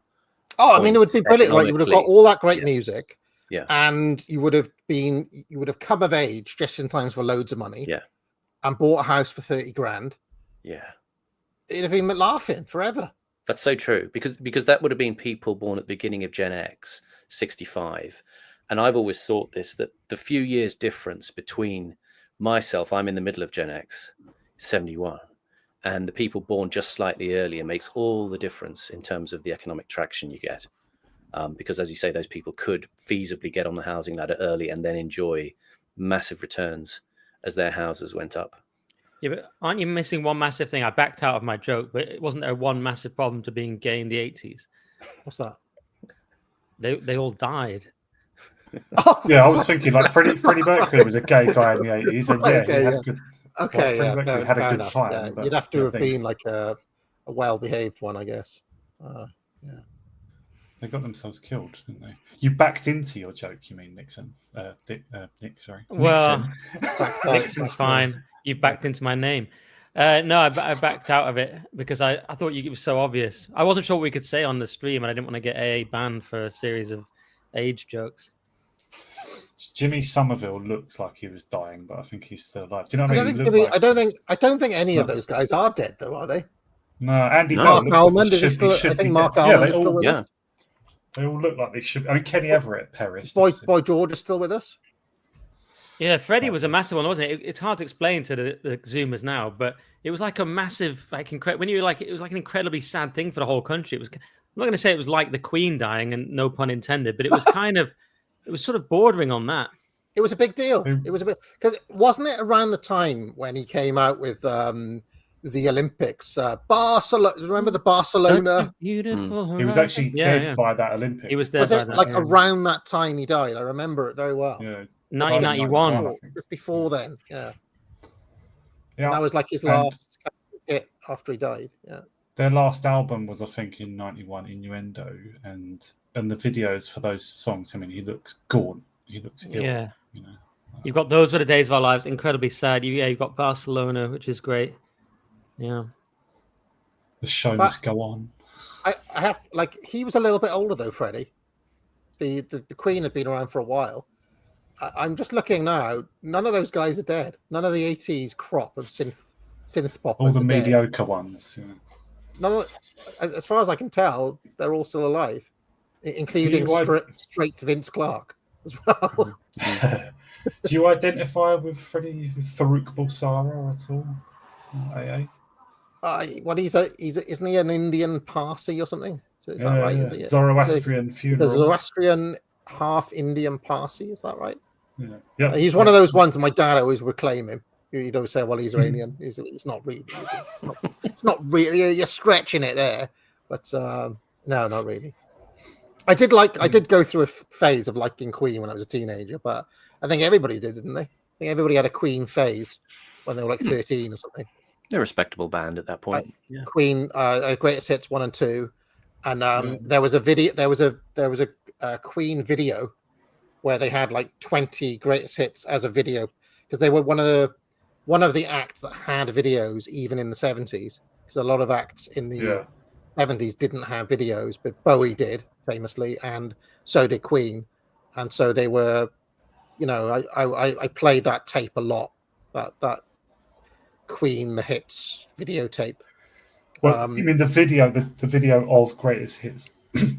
There was like a tie-in VHS tape that came we had that. with the same cover as the Greatest Hits, and on there they had, and they had like even lesser known hits like Hammer, the Hammer to Fall. Do you remember that? Hammer to Fall. That's quite a big hit. That's in the Live Aid medley, isn't it? Is it? Oh, Hammer to Fall's quite a big hit. Yeah, Invisible Man was on there and stuff like Invisible Man. I always remember the video for I'm Going Slightly Mad. Yeah. Yes. That's with the little doing the thing with his fingers. Yeah, I remember that. Had a lot of stuff on there. It was like, even though it was a VHS, it had like 20 songs on there somehow. They packed it in.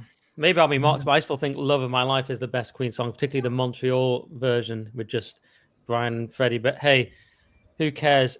On videos, you made me remember. I used to force my friends at the age of 12 to watch the whole Divine Madness video VHS, which is just a series of madness videos. It's just all their videos basically the same of them running around with a piano, running around with black caps and black tops, just messing about. Yeah. What do you think my madness pick was? Because I was trying to. Well, if you're a normie, It Must Be Love. And if oh no! I have gone for It Must Be Love, and that's a cover as well. So you really normied out. I thought Baggy Trousers would be the. No, It Must Be Love is the big normie hit, and it's a cover version. So you've kind of shamed yourself, really. Oh, I might retroactively go in there. Michael Caine's quite an interesting semi-obscure one. If you said Grey Day, I would have respected you a lot more. Yeah, House of Fun is a good one. Yeah. House of Fun's their only number one. Oh. Wow, I'm churning out the knowledge here. This is they scary. came back in the 90s, didn't they? They had a couple of number ones again in the 90s, or big tunes. Grey Day is incredible. My Girl, of course, is a classic, both written by Chas Smythe, I believe. House of Fun, they're only number one. Baggy Trousers, big hit. Loads of big hits. But It Must Be Love, though. Didn't that get put in a Richard Curtis rom-com film?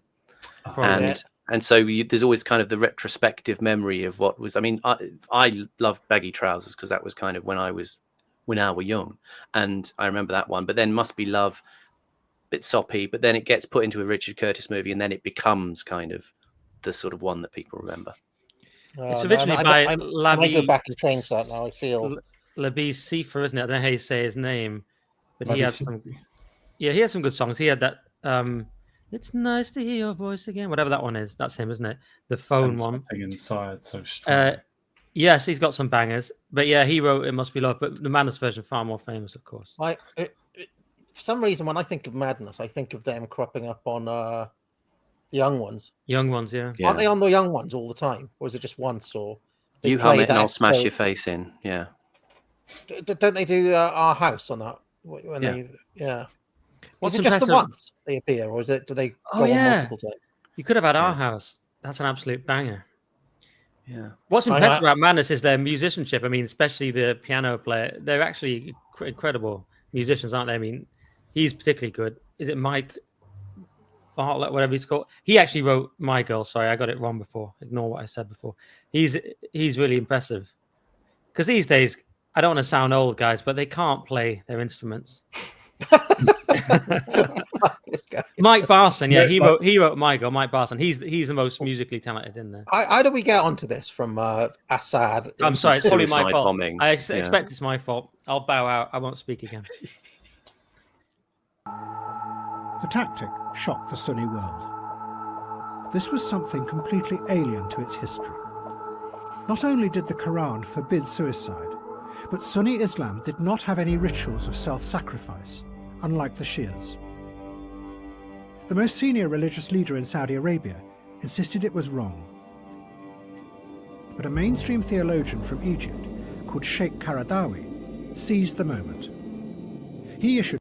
What about the actual song Madness? Is that a bit of an outside choice? Madness, they call it madness. You probably remember the Baya Seconda, it will fill you with gladness.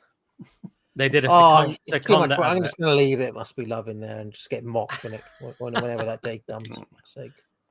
A fatwa that justified the attacks. And, he added, it was also justified to kill civilians. Because in Israel, everyone, including women, serve as reservists. So really, they are all part of the enemy army.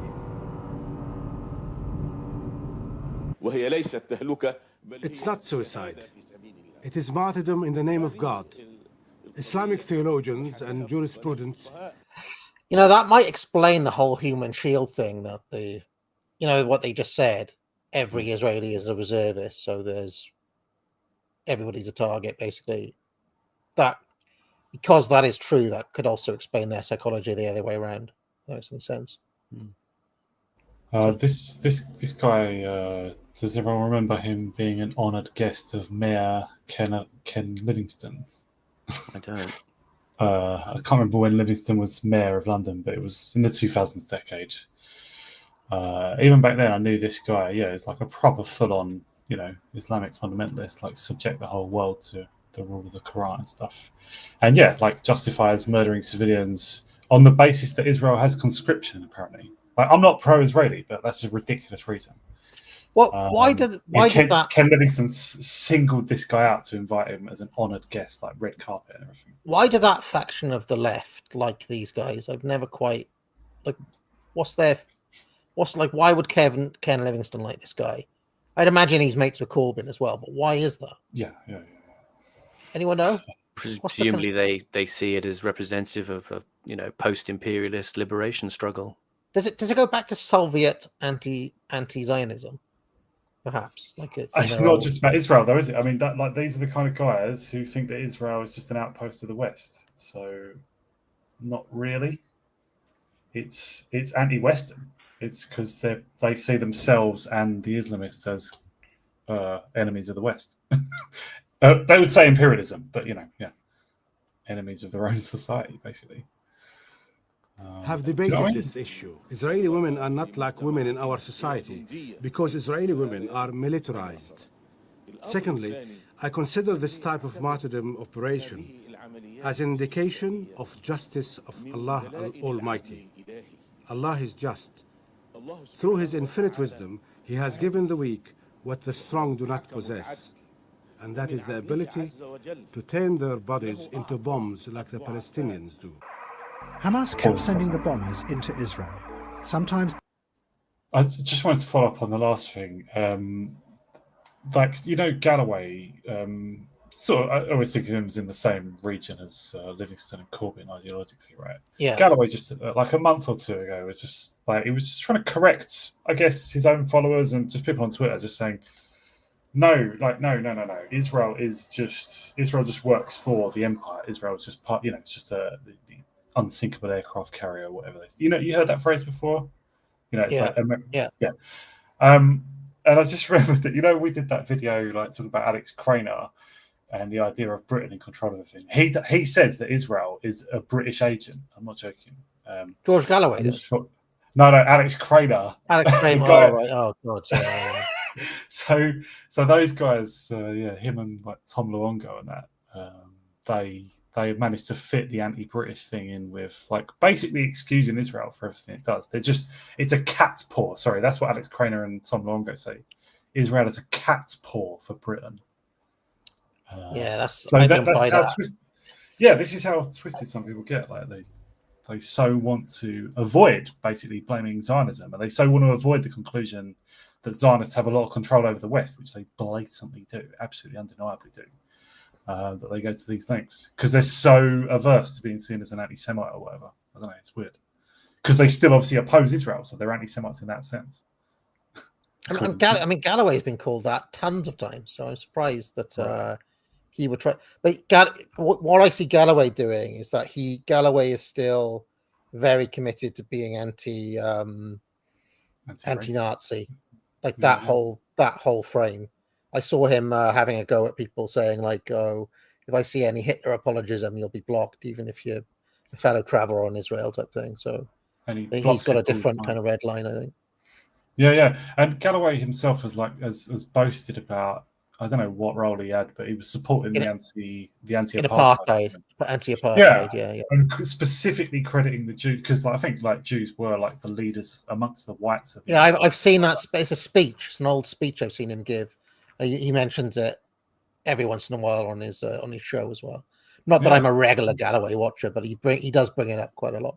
Yeah, he singles out Jews for praise in the anti-apartheid cause. So he does see the racial tribal aspects of it. Today, the horror overwhelmed Israeli society, and it completely destroyed the ability of politics to solve the Palestinian crisis.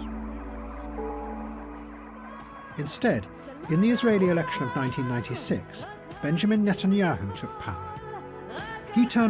There he is. It's 1996. It's 2025 now. Still there. Mental, isn't it? It's like his fourth or fifth time in office, isn't it? And apparently he should be in prison as well. Like he would have been sent to prison if he wasn't prime minister. That's one of the reasons why he's just longer than Putin. Think about longer than Blair. Yeah, longer than Blair. What I said before about the Hezbollah Hamas thing, teaming up and Hamas learning suicide bombing, that can't have been it. Oh well, I guess that wasn't a Netanyahu's instigation unless he was doing it as opposition leader, because this came after. So sequentially, that can't be right. But people who support what Hamas did but ostensibly oppose Hamas, they tend to say Netanyahu encouraged them to take over from the PLO in every way he could. I don't really understand Israeli politics because as far as I understand it, there are different parties, but they're also Netanyahu's government is a coalition of different parties, but they all agree. They all seem to agree on everything, and the only conversation is hardcore or more hardcore, as far as I understand it. And there's a left wing who publish Haaretz. That's the only thing I know. I don't really understand the insides and outs of Israeli politics, but as far as I can make out, there's nobody in the actual mainstream of Israeli politics who actually disagree with Netanyahu. It's just has he been hardcore enough? That's my understanding of it. But I could be wrong on that. I'm sorry, guys. I lost you guys there. I hope I wasn't talking over you. Sorry, I cut off for a second. Process, which was exactly what Hamas wanted. And from then on, the two sides became locked together in ever more horrific cycles of violence. The human bomb had destroyed the very thing that President Assad had first wanted: a real political solution to the Palestinian question. It was just after 1 o'clock and the market was full of shoppers. Streams of ambulances came to carry away the dead and the injured. It was a place of appalling suffering, but even with the first grief came the immediate political impact on the peace process. It's impossible. This moment it will be the end. Someone in the chat saying, is Netanyahu a moderate in... I believe he is a sensible centrist in Israeli politics, believe it or not. He has allied himself with what is known as the hard right, but he's a moderating... Believe it or not, he's a moderating factor in, against some of the guys in his own cabinet. It's my understanding of it. But there is a left in Israel, but they're politically, they're nowhere. It's like Corbyn here or something, I think the Labour Party there did have a lot of power over the decades until maybe the 90s or 2000s or something. Then the Likud, which is his side, more the sort of centre right.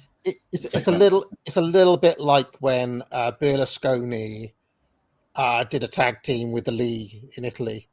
Like Berlusconi was kind of like a centre right guy. The League were meant to be quote unquote far right, and that's basically the situation with Netanyahu and some of these other figures in his cabinet, like Ben Gvir. Like some of these guys are insanely hardcore, and Netanyahu, believe it or not, is a moderate force against those much more. I mean, they call it the Israeli far right. That's what they call it. So. This be the end of this bloody peace process.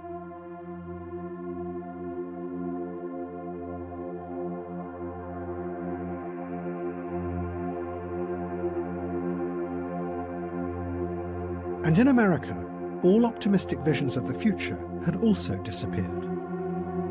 Instead, everyone in society, not just the politicians, but the scientists, the journalists, and all kinds of experts, had begun to focus on the dangers that might be hidden in the future. This in turn created a pessimistic mood that then began to spread out from the rational technocratic world and infect the whole of the culture. And everyone became possessed. I'd like to. I didn't know there was an end to that sentence. But do you guys not just find that, like, I've probably picked up on this before, but do you not just find that a weird thing about Curtis, the way he does that? Just like everyone in society then started thinking this, and an idea. He says an idea flowed out from the technocrats and stuff. What do you mean? What? Like for no reason?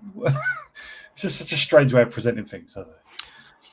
Well, I think he's trying to give a generalized sense of a mood, of an atmosphere, of an age. You could say, you know, there is a mood and an atmosphere of our age. So I mean, he's being a bit Panglossian in one way, but he's trying to sort of pick up on what the zeitgeist is at any time, and he sees this as a kind of the way it shakes out after Ulrich Beck, who we looked at last week, brings in this concept of the risk society, and everything increasingly becomes, you know, denationalized, managed like a business, and as a result, people's happiness, satisfaction, their perceived level of control goes down.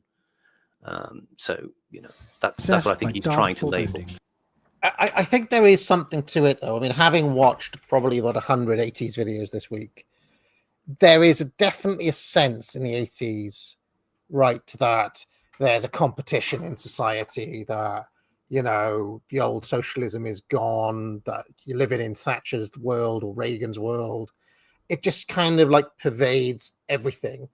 And then by the time, like, who was that woman who featured on the Eminem thing? What was her name? She was everywhere for a while.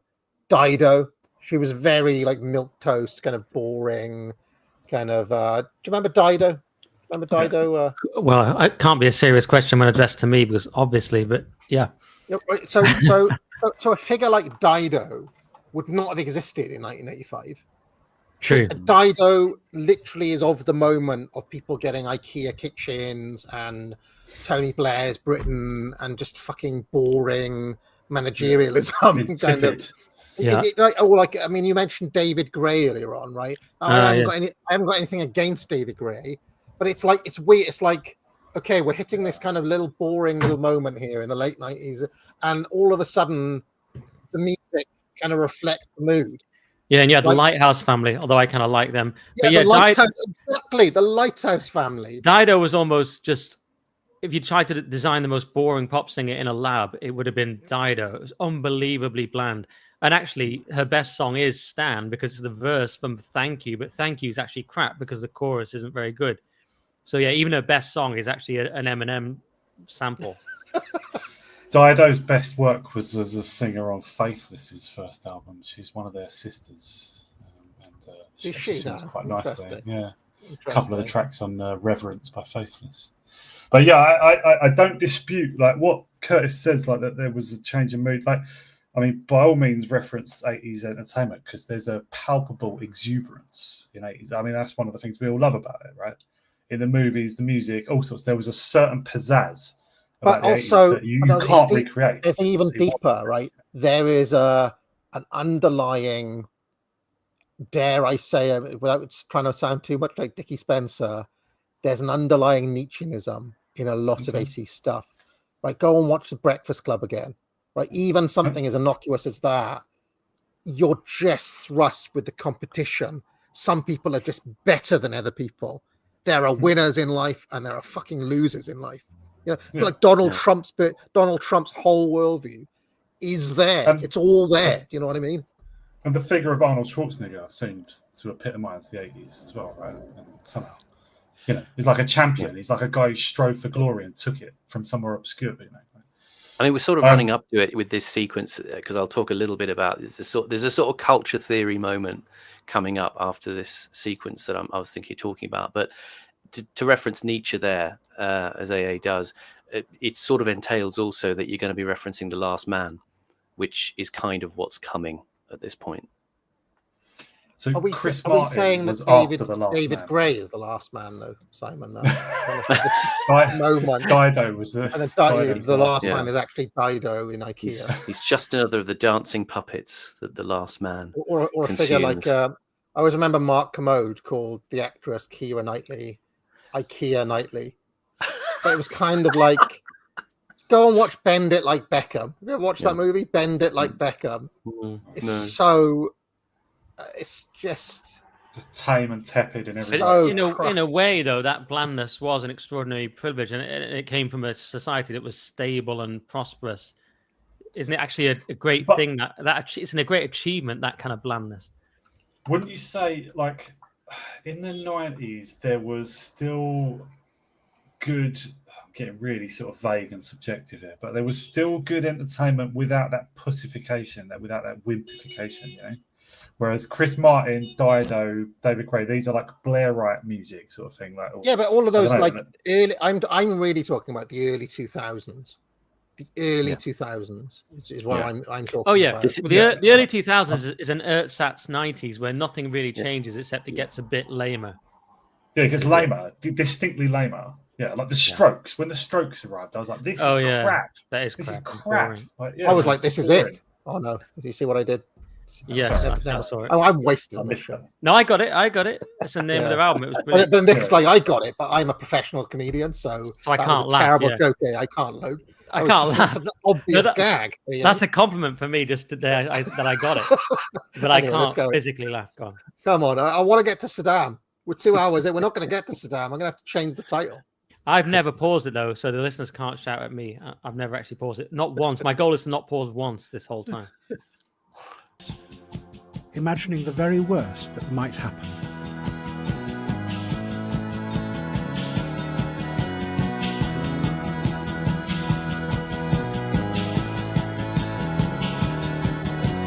Dream, baby, dream. Dream, baby, dream. Dream, baby, dream. Dream, baby, dream. Forever.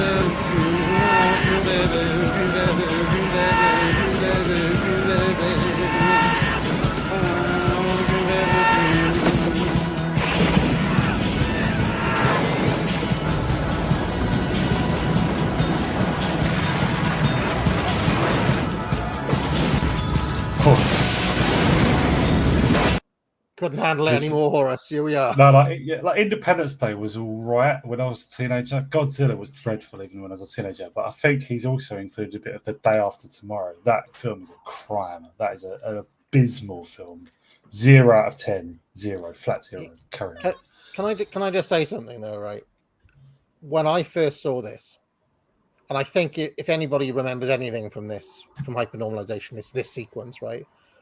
I was mind blown. I couldn't believe it when I first saw it. Like, I was like, Holy shit! What's he trying to tell us here? Why were all these things? Were they priming us? Like, well, what the hell? Yeah. Yeah, that's what I thought. I mean, maybe it's an obvious point, but people always talk about predictive programming, don't they? It's getting people used to the idea of 9/11, or it could be seen in that way, certainly, couldn't it? And what about all those Contagion movies that happened before COVID? Yeah. All of those kind of worldwide pandemic zombie movies and yeah, I suppose the debunker type thing is well, Twin Towers are iconic. It's an obvious thing you would come up with. In fact, Don DeLillo, you probably know the novel White Noise, the seminal postmodern American novel White Noise. He predicts exactly 9/11 in a very small throwaway moment in that book. He just says someone will just fly planes into the towers. He says it almost word for word. I have to find it again because it's only a small moment in the book. He does a series of kind of like just sort of abstract predictions in the middle. Is it? I hate to get all esoteric here, right? But is it predictive programming or priming, or is it that there's something in the ether, and that by collectively just reliving it over and over again, you kind of make it true? That's where it real. That's where I'm going to go with my, kind of like the 4-minute mile, how everyone could suddenly do it once it was done. Like you could kind of manifest it in reality from the from the mercury of the imagination. Something like this. I've just got 2 very quick musical points. Since Horace mentioned Godzilla, of course, the soundtrack was Deeper Underground by Jamiroquai. But I wanted to ask, was Suicide in your 80s list? Because this track was Dream Baby Dream by Suicide, 1986. Well, I have... written in 79, I think, actually. Is this one 79 or 80? No, this is actually... No, you're right. So that's 79. There's been a lot of 79 bangers I've wanted to include, but you're not right. been allowed as a result of that. But then elsewhere it says released 1986, so I'm not sure. Did it get re-released? I need to find out. I thought you were going to go somewhere else with Godzilla. I thought you were going to ask me if I had the single of Puff Daddy featuring Jimmy Page, because I did. I did have that single. I had it. Come with me. What a Puff Daddy's best song. Based on Kashmir, of course, wasn't it? Or was that Led Zepp? Yeah. But Jimmy Page actually was in the video and it was officially Puff Daddy featuring Jimmy Page. Right. The only reason I pause there is I always get so confused between that and the song at the end of The Matrix, which is Rage Against the Machine, isn't it? But it sounds very similar. It's Wake Up, isn't it? It's Wake Up by Rage. But yeah, I forgot that Godzilla had so many stars lavished on it. Come with me, Puff Daddy. Deeper Underground. There's too much panic in this town. I'm going deeper underground. You're like, are you singing from the perspective of Godzilla? That's so weird. Sorry, that's too obscure for some. Such a bad film. These are it's all terrible. Like... It's terrible. Does it have Jean Reno in it? Yeah, it did. Yeah, and Matthew Broderick just wasted. I don't think I ever saw it. I just had the Puff Daddy single. I saw it in the cinema. You see, before the internet, kids, stuff was so boring. You had to go and watch Godzilla in the cinema, and it was terrible. Yeah, I saw Independence Day in the cinema. Yeah, and I saw Mars Attacks in the cinema. Wow. To be fair, I saw The Matrix twice in the cinema, and that is obviously a seminal film. Was there a film called Stargate? Yes. Yeah, Stargate was the series, but was there a film of it? No, Stargate was a movie as well. Was there one? The Cube or something? There was some like the Cube, yeah. That's a low budget. Yeah. Didn't that have Samuel L. Jackson? Are we talking about a different thing? I'm talking about something else. Disregard. Or maybe was it a sci-fi affair though? Yeah. This a bunch of people just find themselves inside this cube of cubes, and they don't know why, and they try and find a way out. It's really, really low budget. I don't think Sam Jackson would be in it. No, I'm thinking of something else. But you're talking about this 1997 Canadian sci-fi horror. Is that what you're talking about? The Cube was a 90s film. Oh, there's so many different Cube movies. But there was a sci-fi film where they're like out in the desert. Is that Stargate? Yeah, Stargate. Yeah, it's on another planet. Yeah, they travel through the Stargate. Yeah. Loads of these. I think maybe all the films we just mentioned, except the Cube, Roland Emmerich directed, and he is just one of the worst. I mean, he's like Michael Bay, but without the fun. It's just awful. I mean, Stargate's all right. It's really shallow and silly, but it's kind of good fun. Yeah, I watched that. I don't remember much about it. It's not the Cube. Hold on. Roland Emmerich has made several of the worst films ever. Sci-fi movies. Hold on, I'll find It that. might just be. I think it was just called Cube, not The Cube. No, the film I'm thinking of was called Contact, I believe. Oh, that was Jodie Contact. Foster. Yeah. That was a sci-fi affair where they're out in the desert. Yeah. Something. Oh. It was shite, but I remember seeing it around this time anyway. Some people say Arrival was the film that Contact wished it was. It's a Dennis Villeneuve one. Dennis Villeneuve makes decent films. Like Blade Runner I 2. watched Armageddon in the cinema. That's around this time.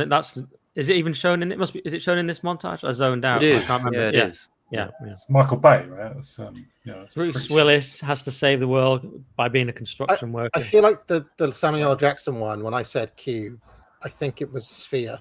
Sphere, yeah. So I am right. I'm just. You're in the right ballpark. You're in the right ballpark. Yeah. Yeah. 3D It was all around the shapes. same time. There was a lot of dodgy sci-fi films around in this era. Yeah, Sphere, 1998, Samuel L. Jackson. That's what I thought of. So pretty near.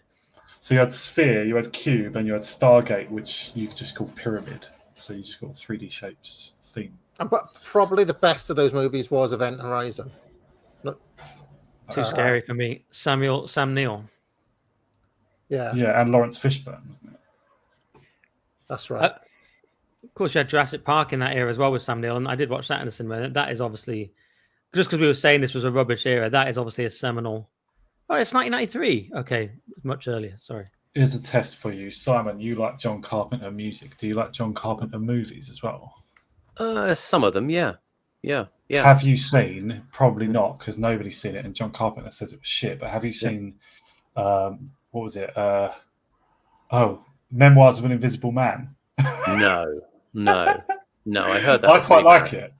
Yeah. Well, John Carpenter says it was dog shit, but I think he just hated working with Chevy. Can you imagine Chevy Chase in a John Carpenter film?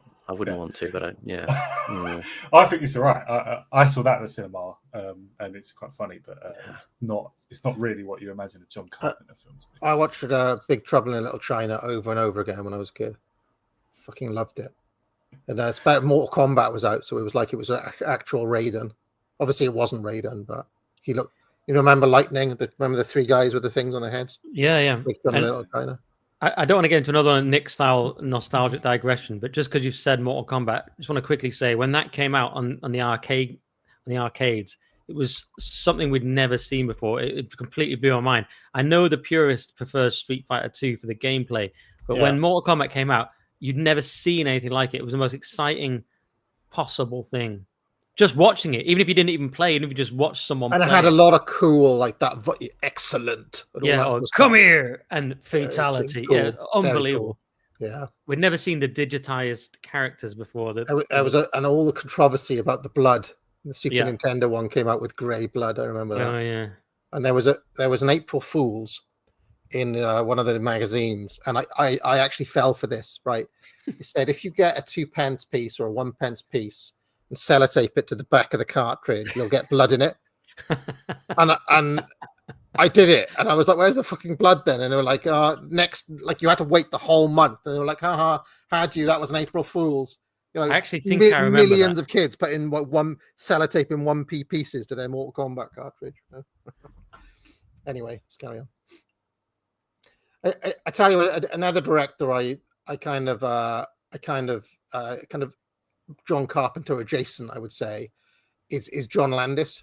Have you ever seen a lot of his films are bad, but have you ever seen American Werewolf in London? Yeah, that good film. I think that is a cool movie. That is a cool film. Didn't John Landis do Ghostbusters though, which is a really good film? No, that's Ivan Reitman. Yeah, right. Okay. He did Blues Brothers. Yeah, and he did. He did Trading Places. Coming to America. And Coming to America. Trading Places is a good film. That's good. I like American Werewolf in London.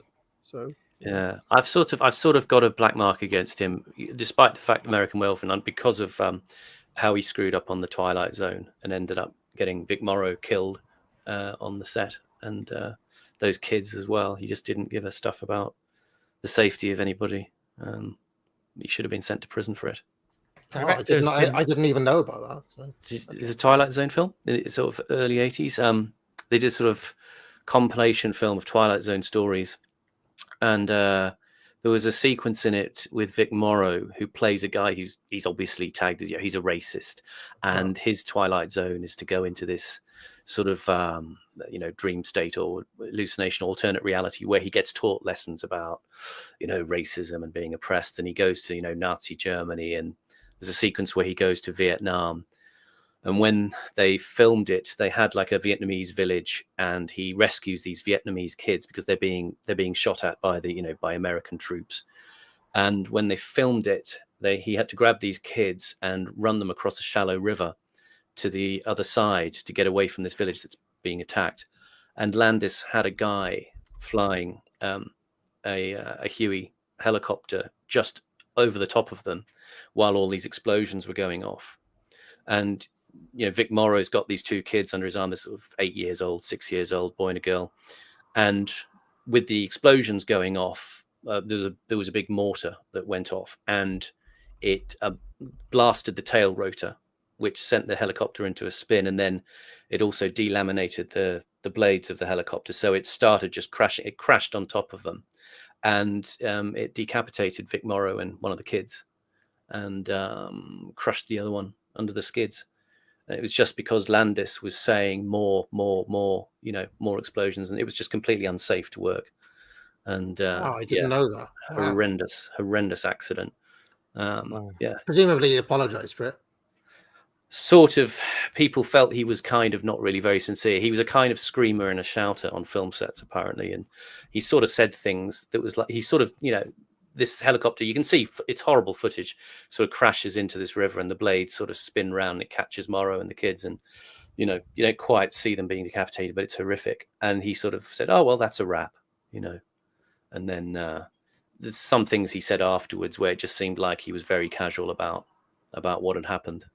Wow, that's horrendous. You always hear about mad directors like William Friedkin, where Gene Hackman had to actually do the driving for French Connection. But you reminded me as well, when we grew up, the famous one was The Crow, because Brandon Lee was killed on set. Oh, yeah. Yeah. But I hadn't heard that one. Do you know what's crazy? Do you know earlier on I mentioned Pan Am Flight to 103? I'm pretty sure the setup in that Wu-Tang song for that line is, and he was killed on the set like Brandon Lee, something, Pan Am Flight to 103. So Wow. there we go. Comes back to that one Wu-Tang song. Anyway, let's carry on.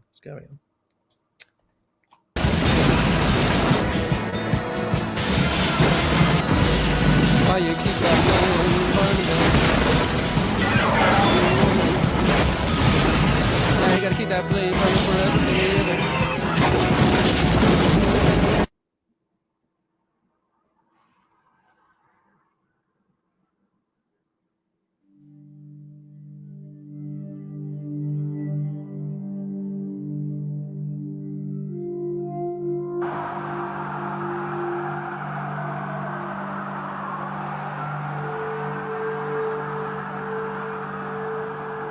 The attacks in September 2001 were suicide bombs, but now on a huge scale. They demonstrated the terrifying power of this new force to penetrate all defences. They had come to kill thousands of Americans on their own soil. Pause. Just to talk about that, at the end of that big sequence there, your classic Connor Curtis it's a very, very symbolic sort of train wreck montage, and that strange contrast at the end. He has that little clip, where you've got strange, seemingly, it doesn't make sense. The little addition of a clip there of what looks like one of the child beauty pageants that you have in America. This was a sort of thing in the 90s where, little kids would be dressed and made up, and their hair would be done to look like women. And there was a weird sense of that America was falling into a kind of creeping moral sickness. And the elements of that montage sort of show with that bit of footage of the little girl with all the hair and the rhinestones. And the footage is it's sort of a decayed memory, because what Curtis is going to talk about is really, you're entering this kind of, it's a new era of horror. And and everything is kind of poorly replicated, like we're saying in the early 2000s. The culture kind of stops dead and then just sort of replicates in these plastic and forgettable forms. The other shot he had in that montage actually was the one he'd repeated earlier. It was a shot, actually, a famous picture of Marilyn Monroe with taken by a photographer called André Didienne at the end of the Second World War, and she's got a blanket over her head. And it's got a weird sort of meaning as I see it. It's kind of a shot of America at a high point of self-satisfaction and optimism, and Marilyn Monroe is this icon. It's this sort of age of glorious achievement, but also innocence, and it's now getting lost and covered up. And the sort of child beauty pageant is a sort of a weird echo, there's a sort of retributive guilt in America at this point that I think Curtis is looking at. What you find is, again, I'll refer back that he's looking at left-wing cultural theorists like Zizek and Mark Fisher, and he's seeing that America at this point is kind of getting trapped in this recursive loop. It's unable to focus on the real things happening in the world, and it's distancing it through culture. And you see in the sort of disaster sequence, it's culture which has to kind of hit the same pain points again and again and again, because it's not any longer an aesthetic, it's anesthetic. It's a sort of a form of suppression for the public to kind of, annul this sense of something going wrong, this sense of pain. And he's going to talk about this idea that, as he did earlier, he said, you can't make decisions based on the data from the past. And the thing he talked about, especially in The Power of Nightmares, when he used a similar sequence of disaster footage, was the Islamists were taking the ideas from the disaster films that America was using to kind of detach itself. And then they were firing that back at America as real attacks. So you saw he did the contrast with the disaster films, and then he cuts the sound, and you see the Twin Towers, and then you see the actual attack. And it seems oddly muted compared to the disaster films, which are sort of hyper real and overblown. And what you've got is there really that he's saying that there's a sequence, it's kind of performing the sort of millenarian end of days anxiety of America.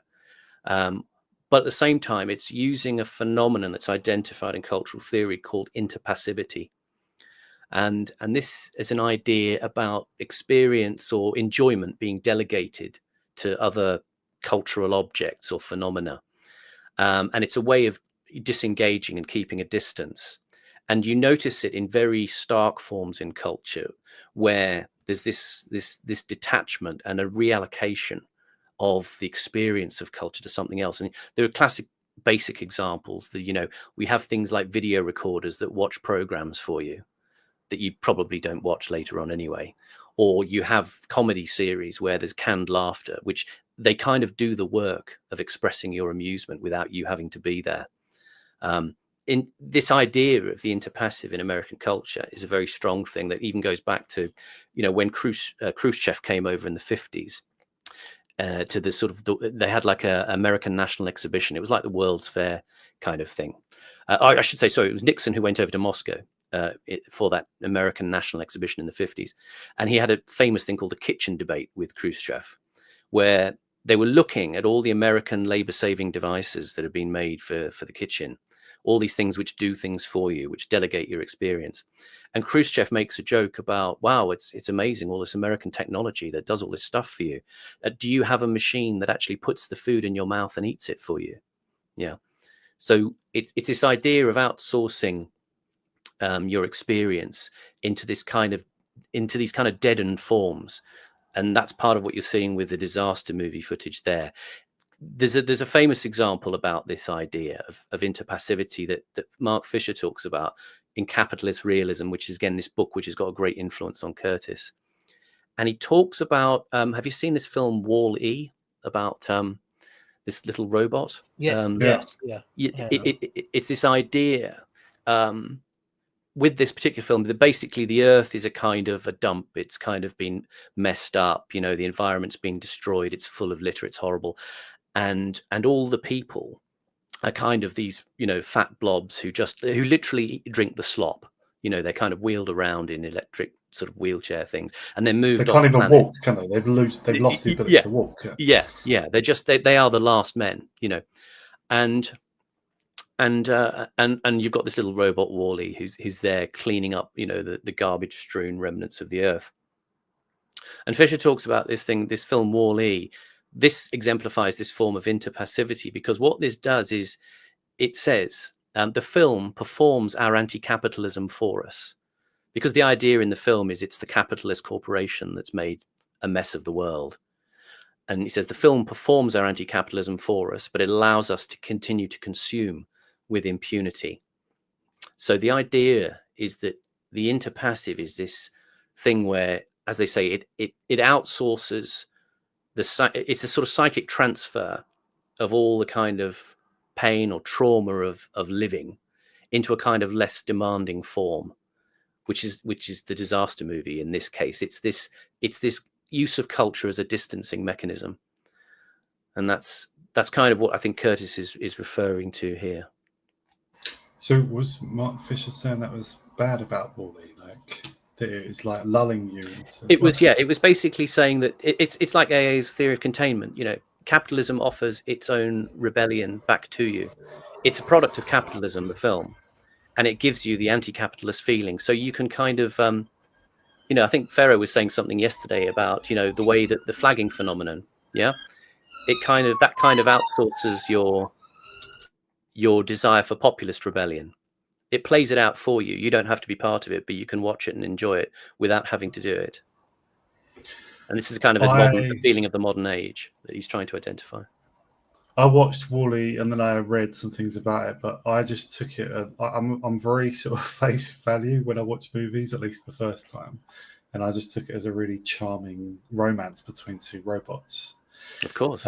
I was aware, obviously, that there was something else going on, but I recommend the film if people just want to watch it. It's a really sweet film. Can I ask a quick question? Is this Ronald Reagan in 2001? Yeah.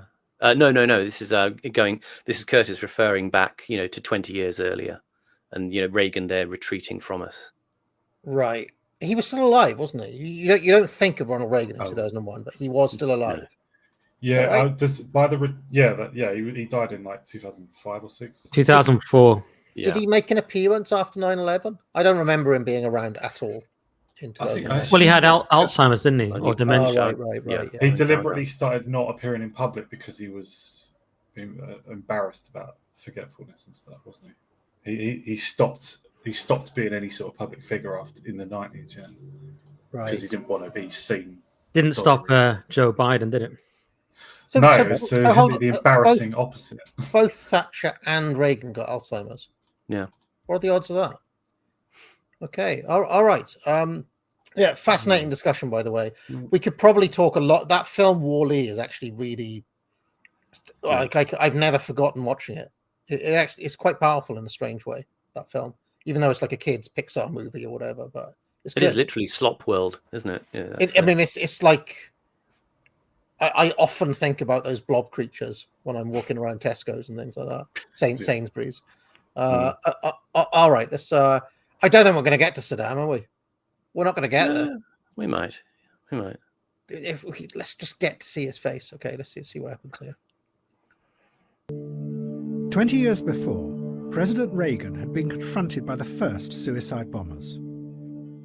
They had been unleashed by President Assad of Syria to force America out of the Middle East.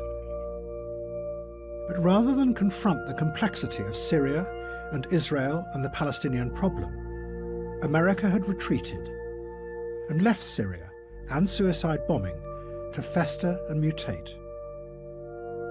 They had gone instead for Colonel Gaddafi and turned him into an evil global terrorist.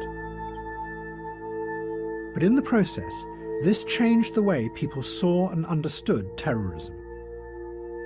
Instead of a violence born out of political struggles for power, it became replaced by a much simpler image of an evil tyrant at the head of a rogue state, who became more like an arch criminal who wanted to terrorize the world.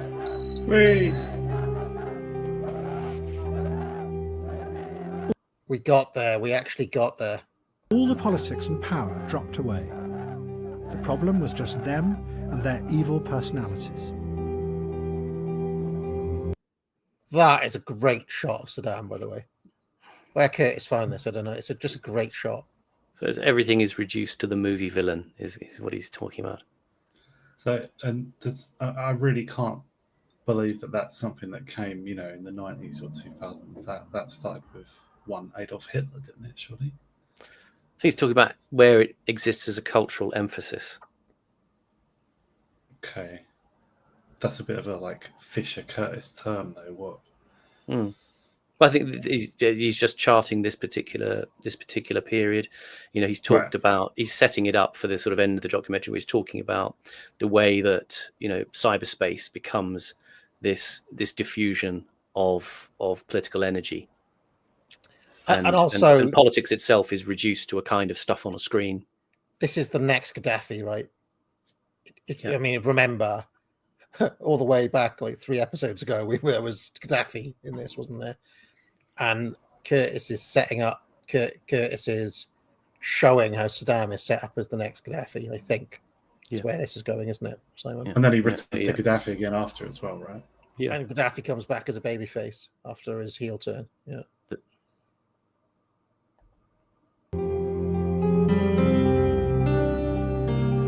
And after 9/11, this led to a new and equally simple idea.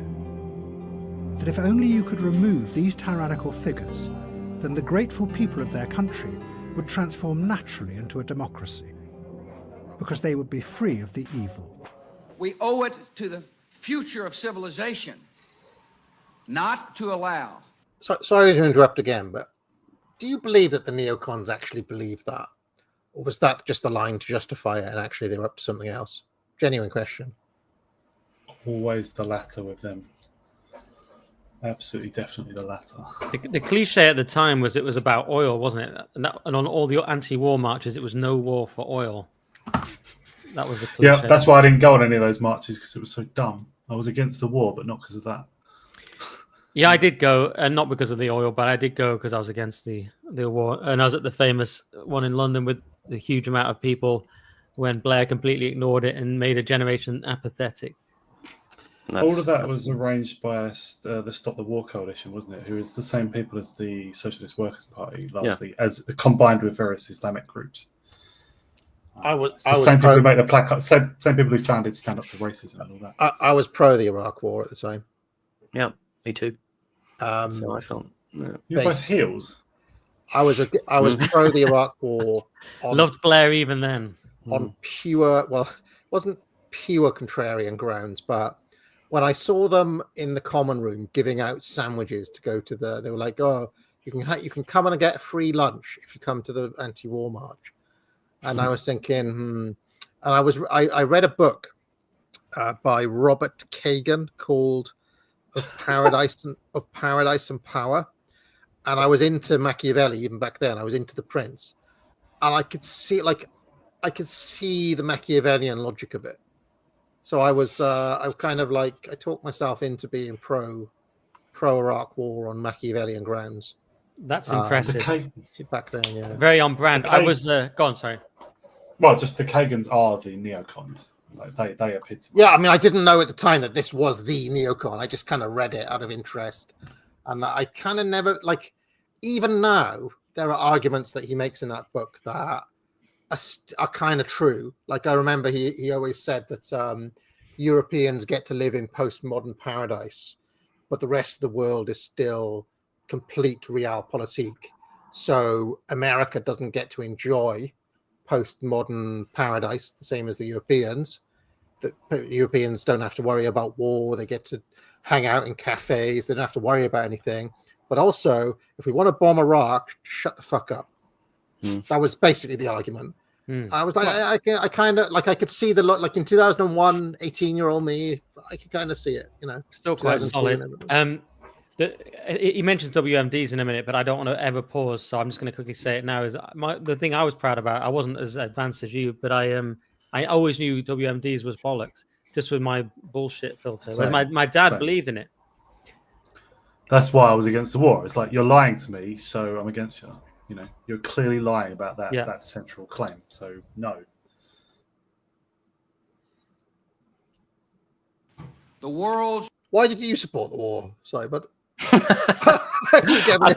I think I just had a sort of fairly brutal idea of politics, and people, because it was a big thing about the oil, and Halliburton and all this sort of stuff, but mainly the oil was the kind of objection, and I didn't like the sense of liberal hypocrisy around me about just the basics of allocations of things like resources, and I sort of took the position of, well, if there is oil, we need oil.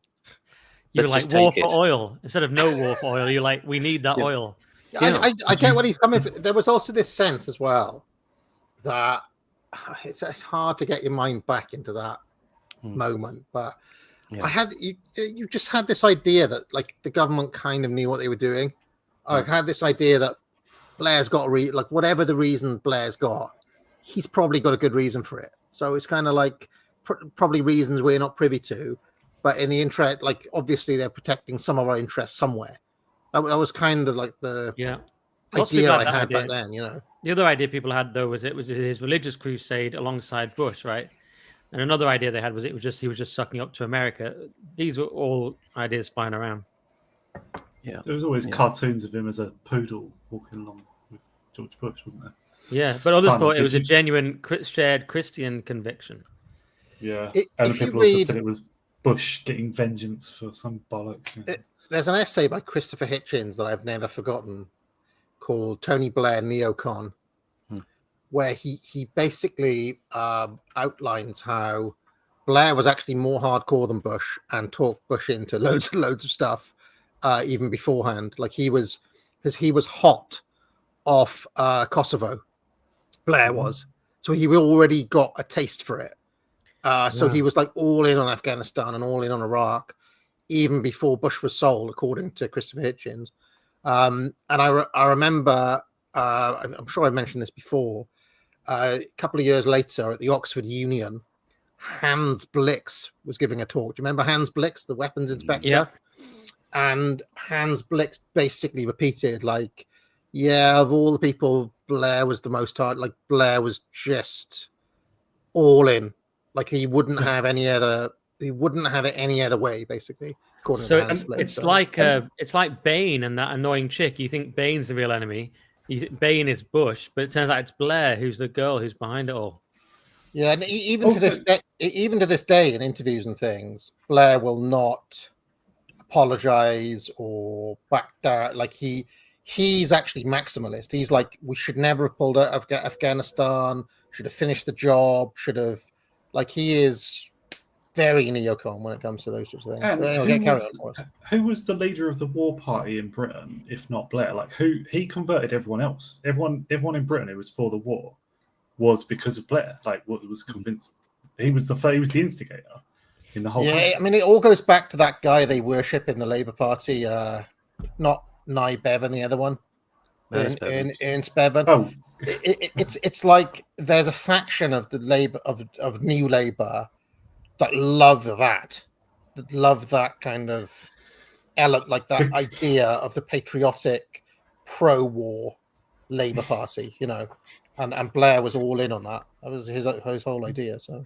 sort of like, well, that's what the Henry Jackson Society is about, right? Like the warmonger from the left sort of thing, the Scoop Jackson. Yeah, and even now Blue Labour, the Blue Labour, who I think have got the right idea for the country. But they also come with a very hawkish foreign policy that I don't necessarily agree with. Very pro. Yeah, they're quite. They have meetings with Curtis Yarvin for some reason as well. Yeah, they're quite aggressive in general, aren't they? With Lord Glassman saying that shoplifters or people who nick your phone should be pelted with produce, which I really liked. Put in literally pilloried. That was one of his suggestions. Yeah, this is the David Blunkett, like let's just shoot the prisoners type idea, Oh yeah, and even Blunkett popped up the other day saying we should leave the ECHR, didn't he? At least temporarily. Yeah. Just picking up on a joke from 5 minutes ago, which I'm sure is still fresh. You said Simon's slogan was "War for Oil." Simon, did you go to counter demonstrations against the Stop the War? I went to the Iraq War demonstration. I was taking photographs. Were you there major event. But you, I wasn't. You got there before and tried to block the route, and you said like, they shall not pass and stuff. No, I went with all my anti-war friends because they were kind of soppy and liberal, and I just wanted to see how it turned out because I just thought it would be a historic moment to witness and see. I bet there were people playing bongos, weren't there? There were definitely loads of lefty dickheads there who were, there was the usual socialist dickheads there, as well as the sort of more nuanced, I don't believe the WMDs people like me.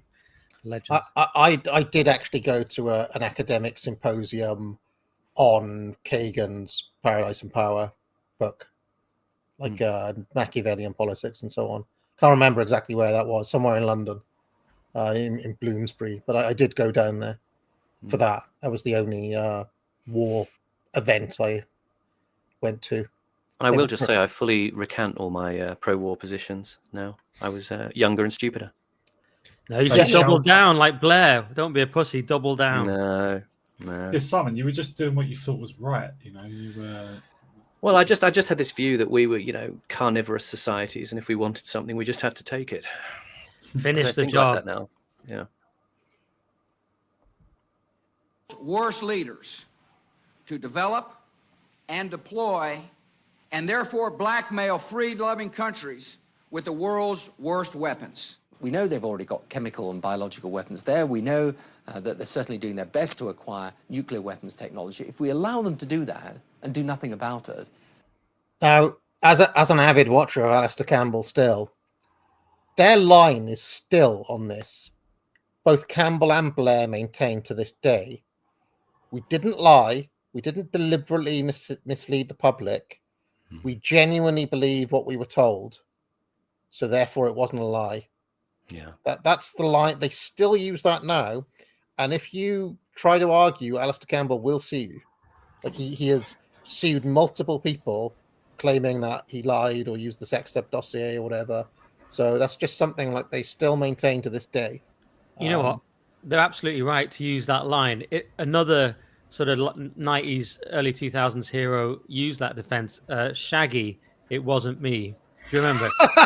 No. Blair is saying it was. No, but Blair is saying it was me. No, but he's denying in the face. The point is, Shaggy's lie is like that of a child. Like it's like. Blair is saw saying, you do it, Shaggy. Blair is saying like I didn't lie because I believed it to be true. Yeah, right. No, Blair is saying it was me, and I'm still proud. 20 years, like Shaggy's doing fair enough. You're being very little. I just thought the brazen kind of the brazen stick to it at all costs is what was in my mind. Like you can never, because if he backs down now, he's screwed. So you may as well just stick to it at all costs.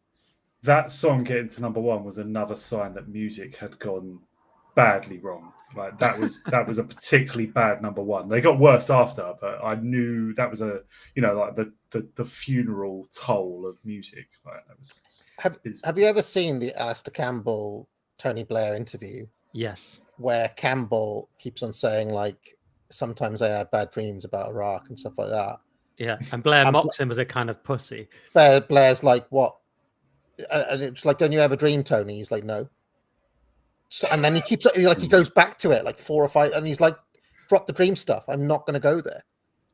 I kind of respect that. I respect just the level of psychopathy. Yeah, he won't get drawn into anything on Trump. He's like, we have to work with these people, and he won't get drawn into anything on any kind of psychological weakness. Do you think he taught Starmer the no dreaming stance? Oh, brilliant! What's your favorite story, Kia? I don't have one. Nothing. Yeah, but you know what? I used to think, okay, Starmer's just a weird robot. Then I realized, no, he's obsessive about keeping his private life separate, and that's what I thought it was. Now I think it's just Blair taught him, don't admit to having any dreams because people like Campbell will try and corner you. Just never say you dream, right? Yeah, and he's since come out and made statements against like the culture of diagnosis, like mental. Blair wants to reduce the amount of pathologies in society, and because they know the benefits bill is way overblown because of it.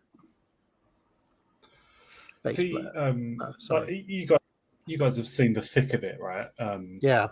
His name, Malcolm Tucker is based probably on Alistair Campbell mostly, right?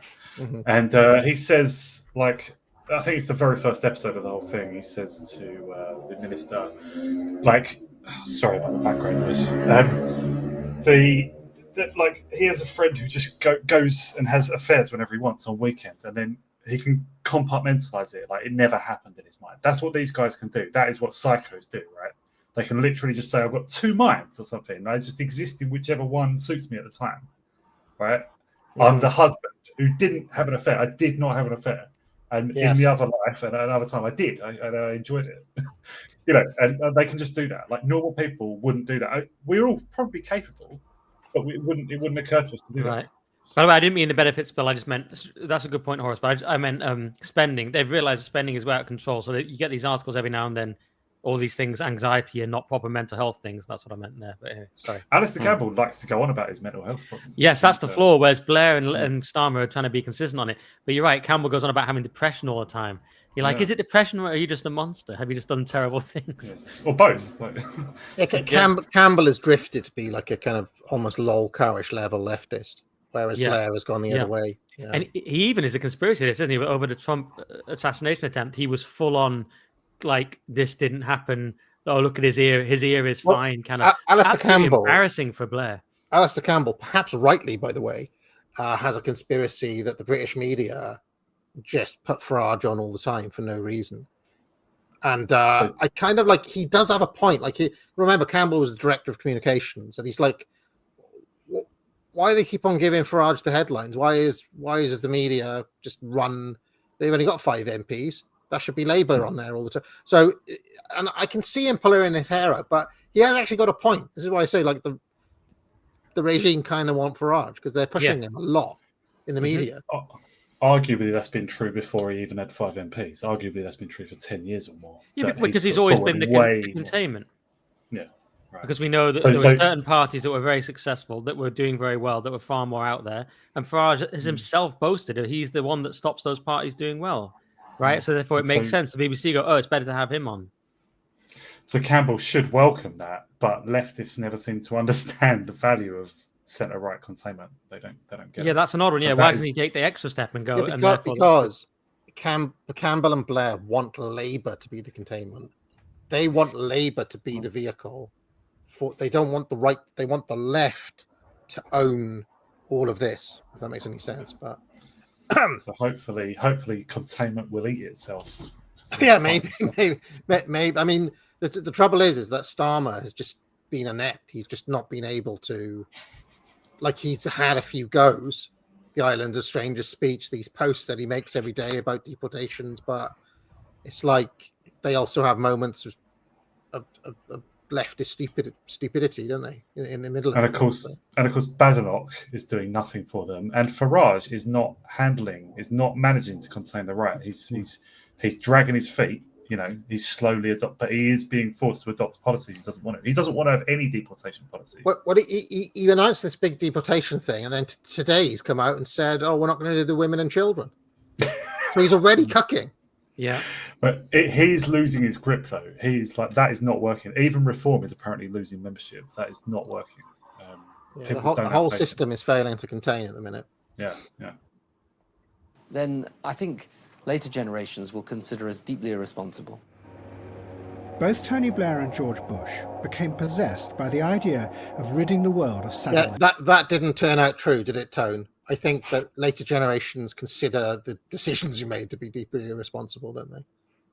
I think it's basically fair to say that Bush and Blair have lost the long-term narrative on Iraq. I think that's fair. And as you said, they still consider it, even now, really important to maintain that they did it with the best of intentions. That's still really crucial to them and Campbell, like, suing people over it, you know. Specific. So it's just specifically on the basis that their intentions were pure. I do feel a bit sorry for them in a way, in so much as, like, if you go back, watch Tucker Carlson at the time, he was all in on it. But of course he can just say, "Oh, I've changed my mind," just like me and you, Simon. Oh, we supported them, we don't support anymore. But they can't. They can never do. Yeah. Blair can never say, "Oh, actually, it was a big mistake. Sorry, guys." He has to own it forever. You know. Yeah, and he can't reveal. You know, the thing about the dreams. You know, when we saw in The Century of the Self, he is the ultimate sort of post-Freudian politician. So of course, he can't go near the idea of what dreams express and his personal desire. The point of Blair was to throw it out to the idea of, you know, you the people were going to define our democracy. I mean, in his era, it was about polling and focus groups and all of that, and he would be the kind of neutral center. So he can't enter into any discussion about any kind of notion of desire, which is why he's trapped in that position. That the least, or the lowest risk strategy is to say it's simply my belief and that's it. I'm not going to give you any further insight into it. That's where it begins and ends. And as soon as politicians express anything, I mean, Farage can kind of do a version of it where he contains his sense of personal desire by making himself sort of into a thought terminating cliche. When it comes down to his desire, it's expressed as he likes a pint down the pub, and a fag, and that's it. And it sort of makes him a kind of, you know, Jack the Lad figure, which is kind of politically harmless. It's a bit naughty, but it's harmless. And that's how, you know, he retains that position of being sort of neutral enough, if you like, for a British system. But apart from that, you kind of don't know what he believes. So possessed that they believed any story that... I know what he believes. He believes in power and nothing else. Well, I've read his book on leadership. Seriously, he believes in nothing but power, which is quite scary. It's like looking into the eyes of O'Brien from 1984 or something. You know? Exactly. There is no kind of there's no libidinal desire, as they would say. There's just that Machiavellian focus.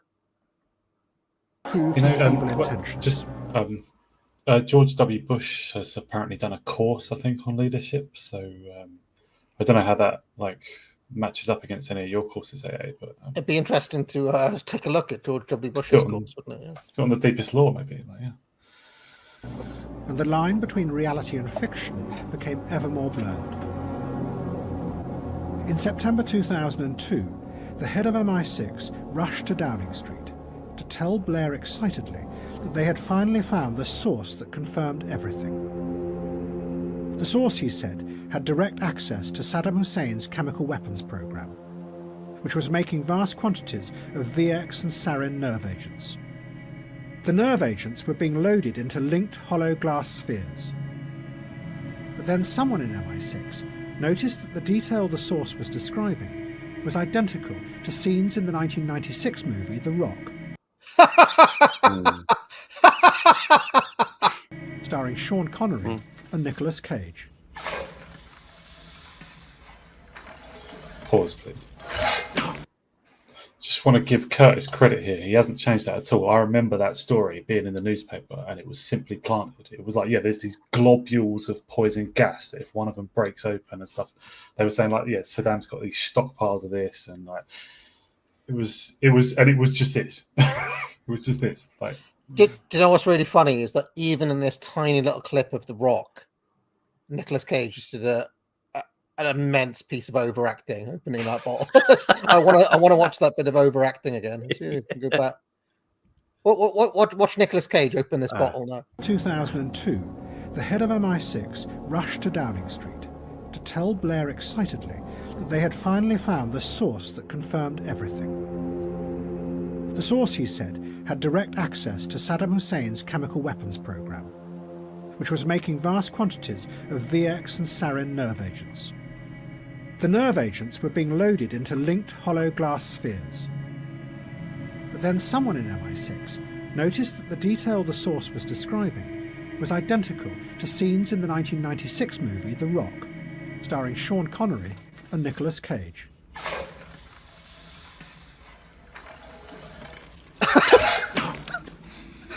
Magnificent overacting. I'm reminded of a bit like if you ever did musicals in school or whatever, you could never just stand there. They'd be like, you have to lean over the chair or do it in a stylized manner. It's like Nick Cage took that into everything that he ever did.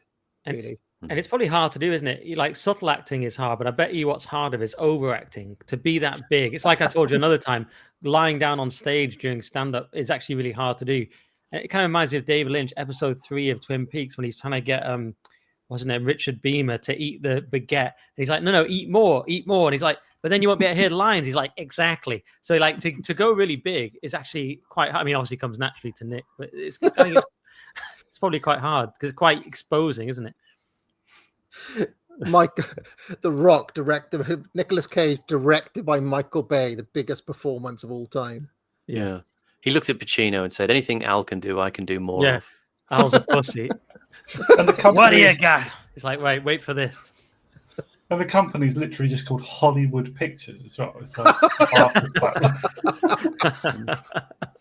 Michael Bay obviously is the other one who's done loads of these. Like he's done all the Transformers movies. The Slop King, Michael Bay. Yeah, it's total, Pearl Harbor again, a 0 out of 10 film.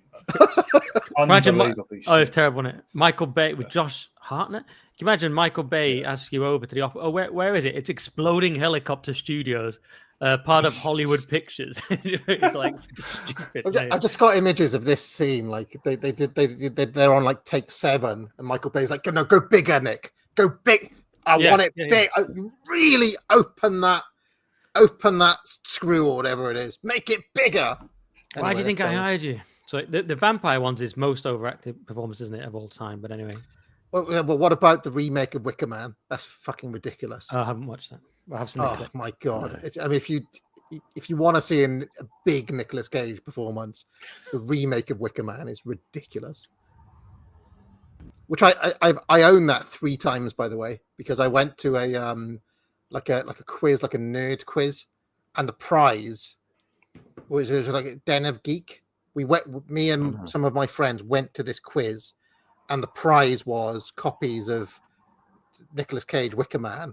And for some reason, I ended up with all of them. So I've got like multiple copies of that movie. I went to university with the girl who was his girlfriend in The Wicker Man. Oh, right. Okay. Really elegant string of pearls configuration. Unfortunately, incredibly unstable. Well, what exactly does this stuff do? If the rocket renders it aerosol, it can take out the entire city of people. How? It's a cholinesterase inhibitor. Stops the brain from sending nerve messages down the spinal cord. A later report into... Sorry, while we're on the subject of ridiculous performances, have you ever seen Richard Burton's Exorcist sequel? That is a fucking ridiculous movie as well. No. It's is it The Exorcist 2 or The Exorcist 3? Richard Burton is mental in that film. He just spends Pazuzu, take me to Mazuzu. Oh, it's fucking crazy, that movie. Terrible film, but funny as well. The Iraq War pointed out glass containers were not typically used in chemical munitions. Seizes your nervous system. Do not move that! And the informant had obviously seen a popular movie known as The Rock that had inaccurately depicted nerve agents being carried in glass beads or spheres. Your skin melts off. Oh my God. That there is a threat from Saddam Hussein and the weapons of mass destruction that... So what happened here? Blair basically told MI6, look, I don't care how you get it. I need evidence that Saddam's got chemical weapons. They couldn't find any. One of them went and watched The Rock, wrote a report based on that, gave it to Blair, and he's like, yeah, that'll do. Right, let's go with this. Is that what? That's literally what happened. Because precautionary principle was the guiding protocol of government. If it could happen, we are obligated to go in and stop it. he has acquired is not in doubt at all.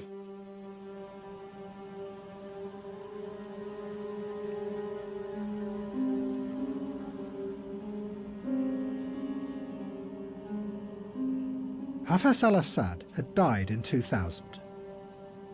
His son Bashar became the new president of Syria.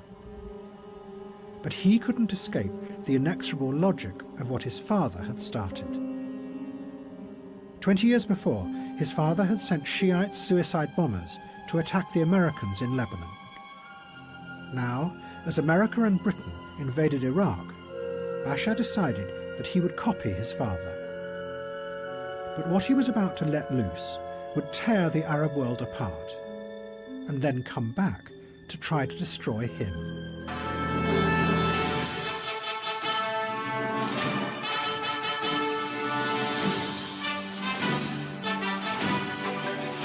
Bashar Assad was never supposed to have been president. It was always going to have been his elder brother, Basil. But then Basil... Basil Assad? Not pretty spelled strange. quite the same way, but yeah. Oh, is it? So, well, that would be written in Arabic. Well, how would that be spelled then? It's usually transcribed in English as Basel. Basel. Oh, okay. Because I was thinking like Basil is like a really Christian or Crusader-ish name. Not Crusader, but like there was obviously Emperor Basil of Byzantium. I'm just thinking of the hamster in Fawlty Towers. I don't know about you. I mean, after Basil the First of Byzantium, like emperors were called Basileos in the same way that emperors after Caesar were called Caesar. Yeah, so it's really crisp. But anyway, there's a different Basil, so I'm just showing off. Died in a car crash. So now, Bashar took over the giant palace that his father had built above Damascus. Pause. Was that the building a second ago with like that the guy standing guard? That was that a mosque or a mausoleum? That was a mausoleum. That was quite tasteful, right? That I quite like that. But this is like tacky sort of. It's corporate, like isn't it? New Blairite sort of building, yeah. Yeah, the mausoleum's been trashed since the new government came in, and they moved the body of Hafez al-Assad, and I think the sons are buried there as well. But the new jihadis have gone in and burnt it. Proper barbarians. Up to this point, Bashar had not been interested in politics. He was fascinated by computers. He founded the Syrian Computer Society and brought the internet to the country. His favourite band was the Electric Light Orchestra. Fucking ridiculous. Classic Curtis moment there.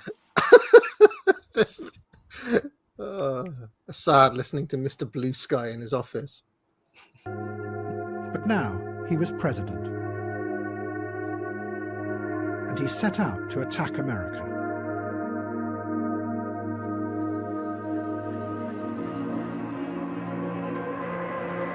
Bashar Assad was convinced that the invasion of Iraq was just the first step of a plot by the Western powers to take over the whole of the Middle East. Was he right? I think he was, wasn't he? Seems correct to me. That idea that Assad had. Wasn't wrong. He knew that the invasion had outraged many of the radical Islamists in Syria, and what they most wanted to do was to go to Iraq and kill Americans. So Bashar instructed the Syrian intelligence services to help them do this. Syrian agents set up a pipeline that began to feed thousands of militants across the border and into the heart of the insurgency. So hold on a second. Can we try to? I know we're running out of time, but can we try to succinctly answer the question that is posed in the title of this stream? Why did the Iraq War happen after 9/11? Anyone know? Well, they used September 11th as a pretext. But earlier on you suggested it wasn't for oil for us, right? What is the actual reason?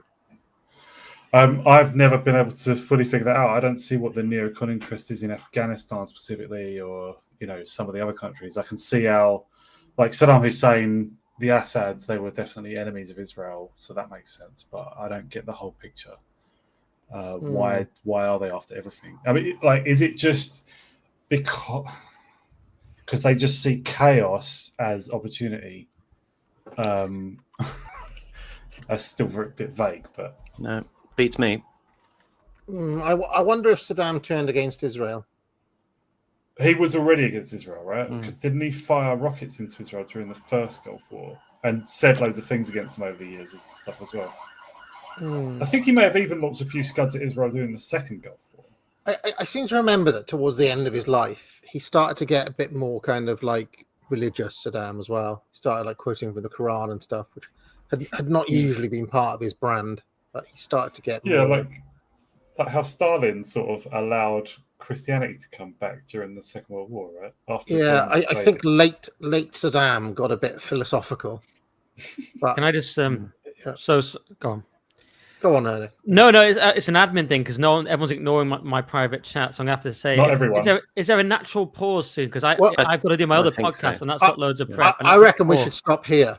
Yeah. I reckon we should just stop right here and 1 hour. We may be able to answer the question about Saddam next week when we talk about what happened with Gaddafi. Yeah. Yeah, well, because we're clearly not going to get to the end here, so we might as well. How long have we got left? It's about 40 minutes. Yeah. So another couple of episodes. All right, so Possibly. just a quick couple of super chats. Gazzo says, great stream yesterday, but I disagree with you about Yvette Cooper. She is competent, professional, and part of the Blair continuum, going nowhere. Law of Lycurgus says, liberalism is the merchant's mindset. He also says Thomas Paine claimed republics exist for business. Kind of true. Historically, republics have been merchant republics. Gazzo says Lulu was a psyop. Lulu was kind of pushed when I was a kid. I mean, Lulu seemed to be pushed quite a lot on British TV. James Murr said, coming from the old left, it is painful to watch the right fall for effective flag politics. Effective, that is, not effective. The Paris Commune lasted 2 months.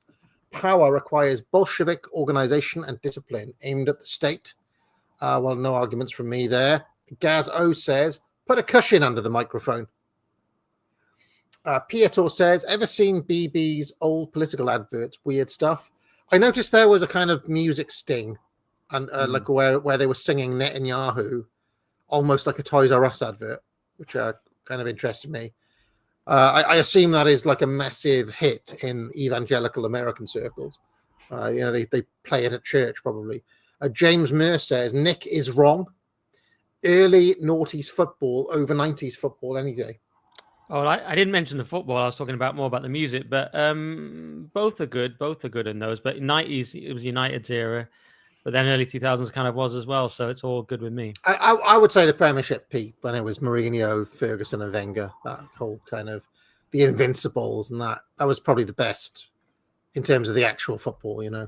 R8 says, of course, the neocons never believed a word of their own nonsense. You're familiar with PNAC? Which existed solely to provoke intervention, worthwhile to wiki-dive signatories and find a common theme. I've got a feeling. I think that was written by the Kagan brothers, if anyone. Yeah. Interesting. Big Thunker says the current IWGP World Champion has finishers named after Aphex Twin, Stuart Lee, and Adam Curtis, the human embodiment of this stream. Well, I'd have to check out those finishers. What's his Stuart Lee finisher called? I'd love to see that. 41st best finisher. Very good. Cameron Kirby says the Mortal Kombat Blood and Gore controversy, along with a couple of other games, is what led to age ratings and games coming about. And Crap Game says, just as a gun dissipate heats, politics stops rise. So there we go. Nick, where can people find you, sir? Oh, just my YouTube, Nick Dixon, where I also do streams with a certain Simon Roberts. Hopefully, episode with Academic Agent coming out soon. We've also got previous ones with him. He's quite good. And my Substack, nickdixon.net, and my Twitter at NJDixon. Thank you. Horace. Just find me on Twitter at Infinite Horus. And Simon Roberts. At Simon__Roberts on Twitter. Thanks for joining us. Do pick up a course at the Academic Agency, and we'll catch you next week, same time, hopefully. And Nick, this is your formal invitation to finish the marathon. I reckon 2 episodes, Simon. I reckon there's 2 more left. Yeah. We're never going to get through 40 minutes because, we'll waste the first hour talking about, football, Yazoo or something. I think we can do it. I didn't pause once this time. I know I do go into the nostalgia a bit, but I reckon if we just don't pause, just watch it silently for 40 minutes. All right. Cheers, guys. Bye-bye. What goes on in this town is none of your business. As long as I'm living here, it is. Then maybe you shouldn't be living here! Well, that's easily fixed.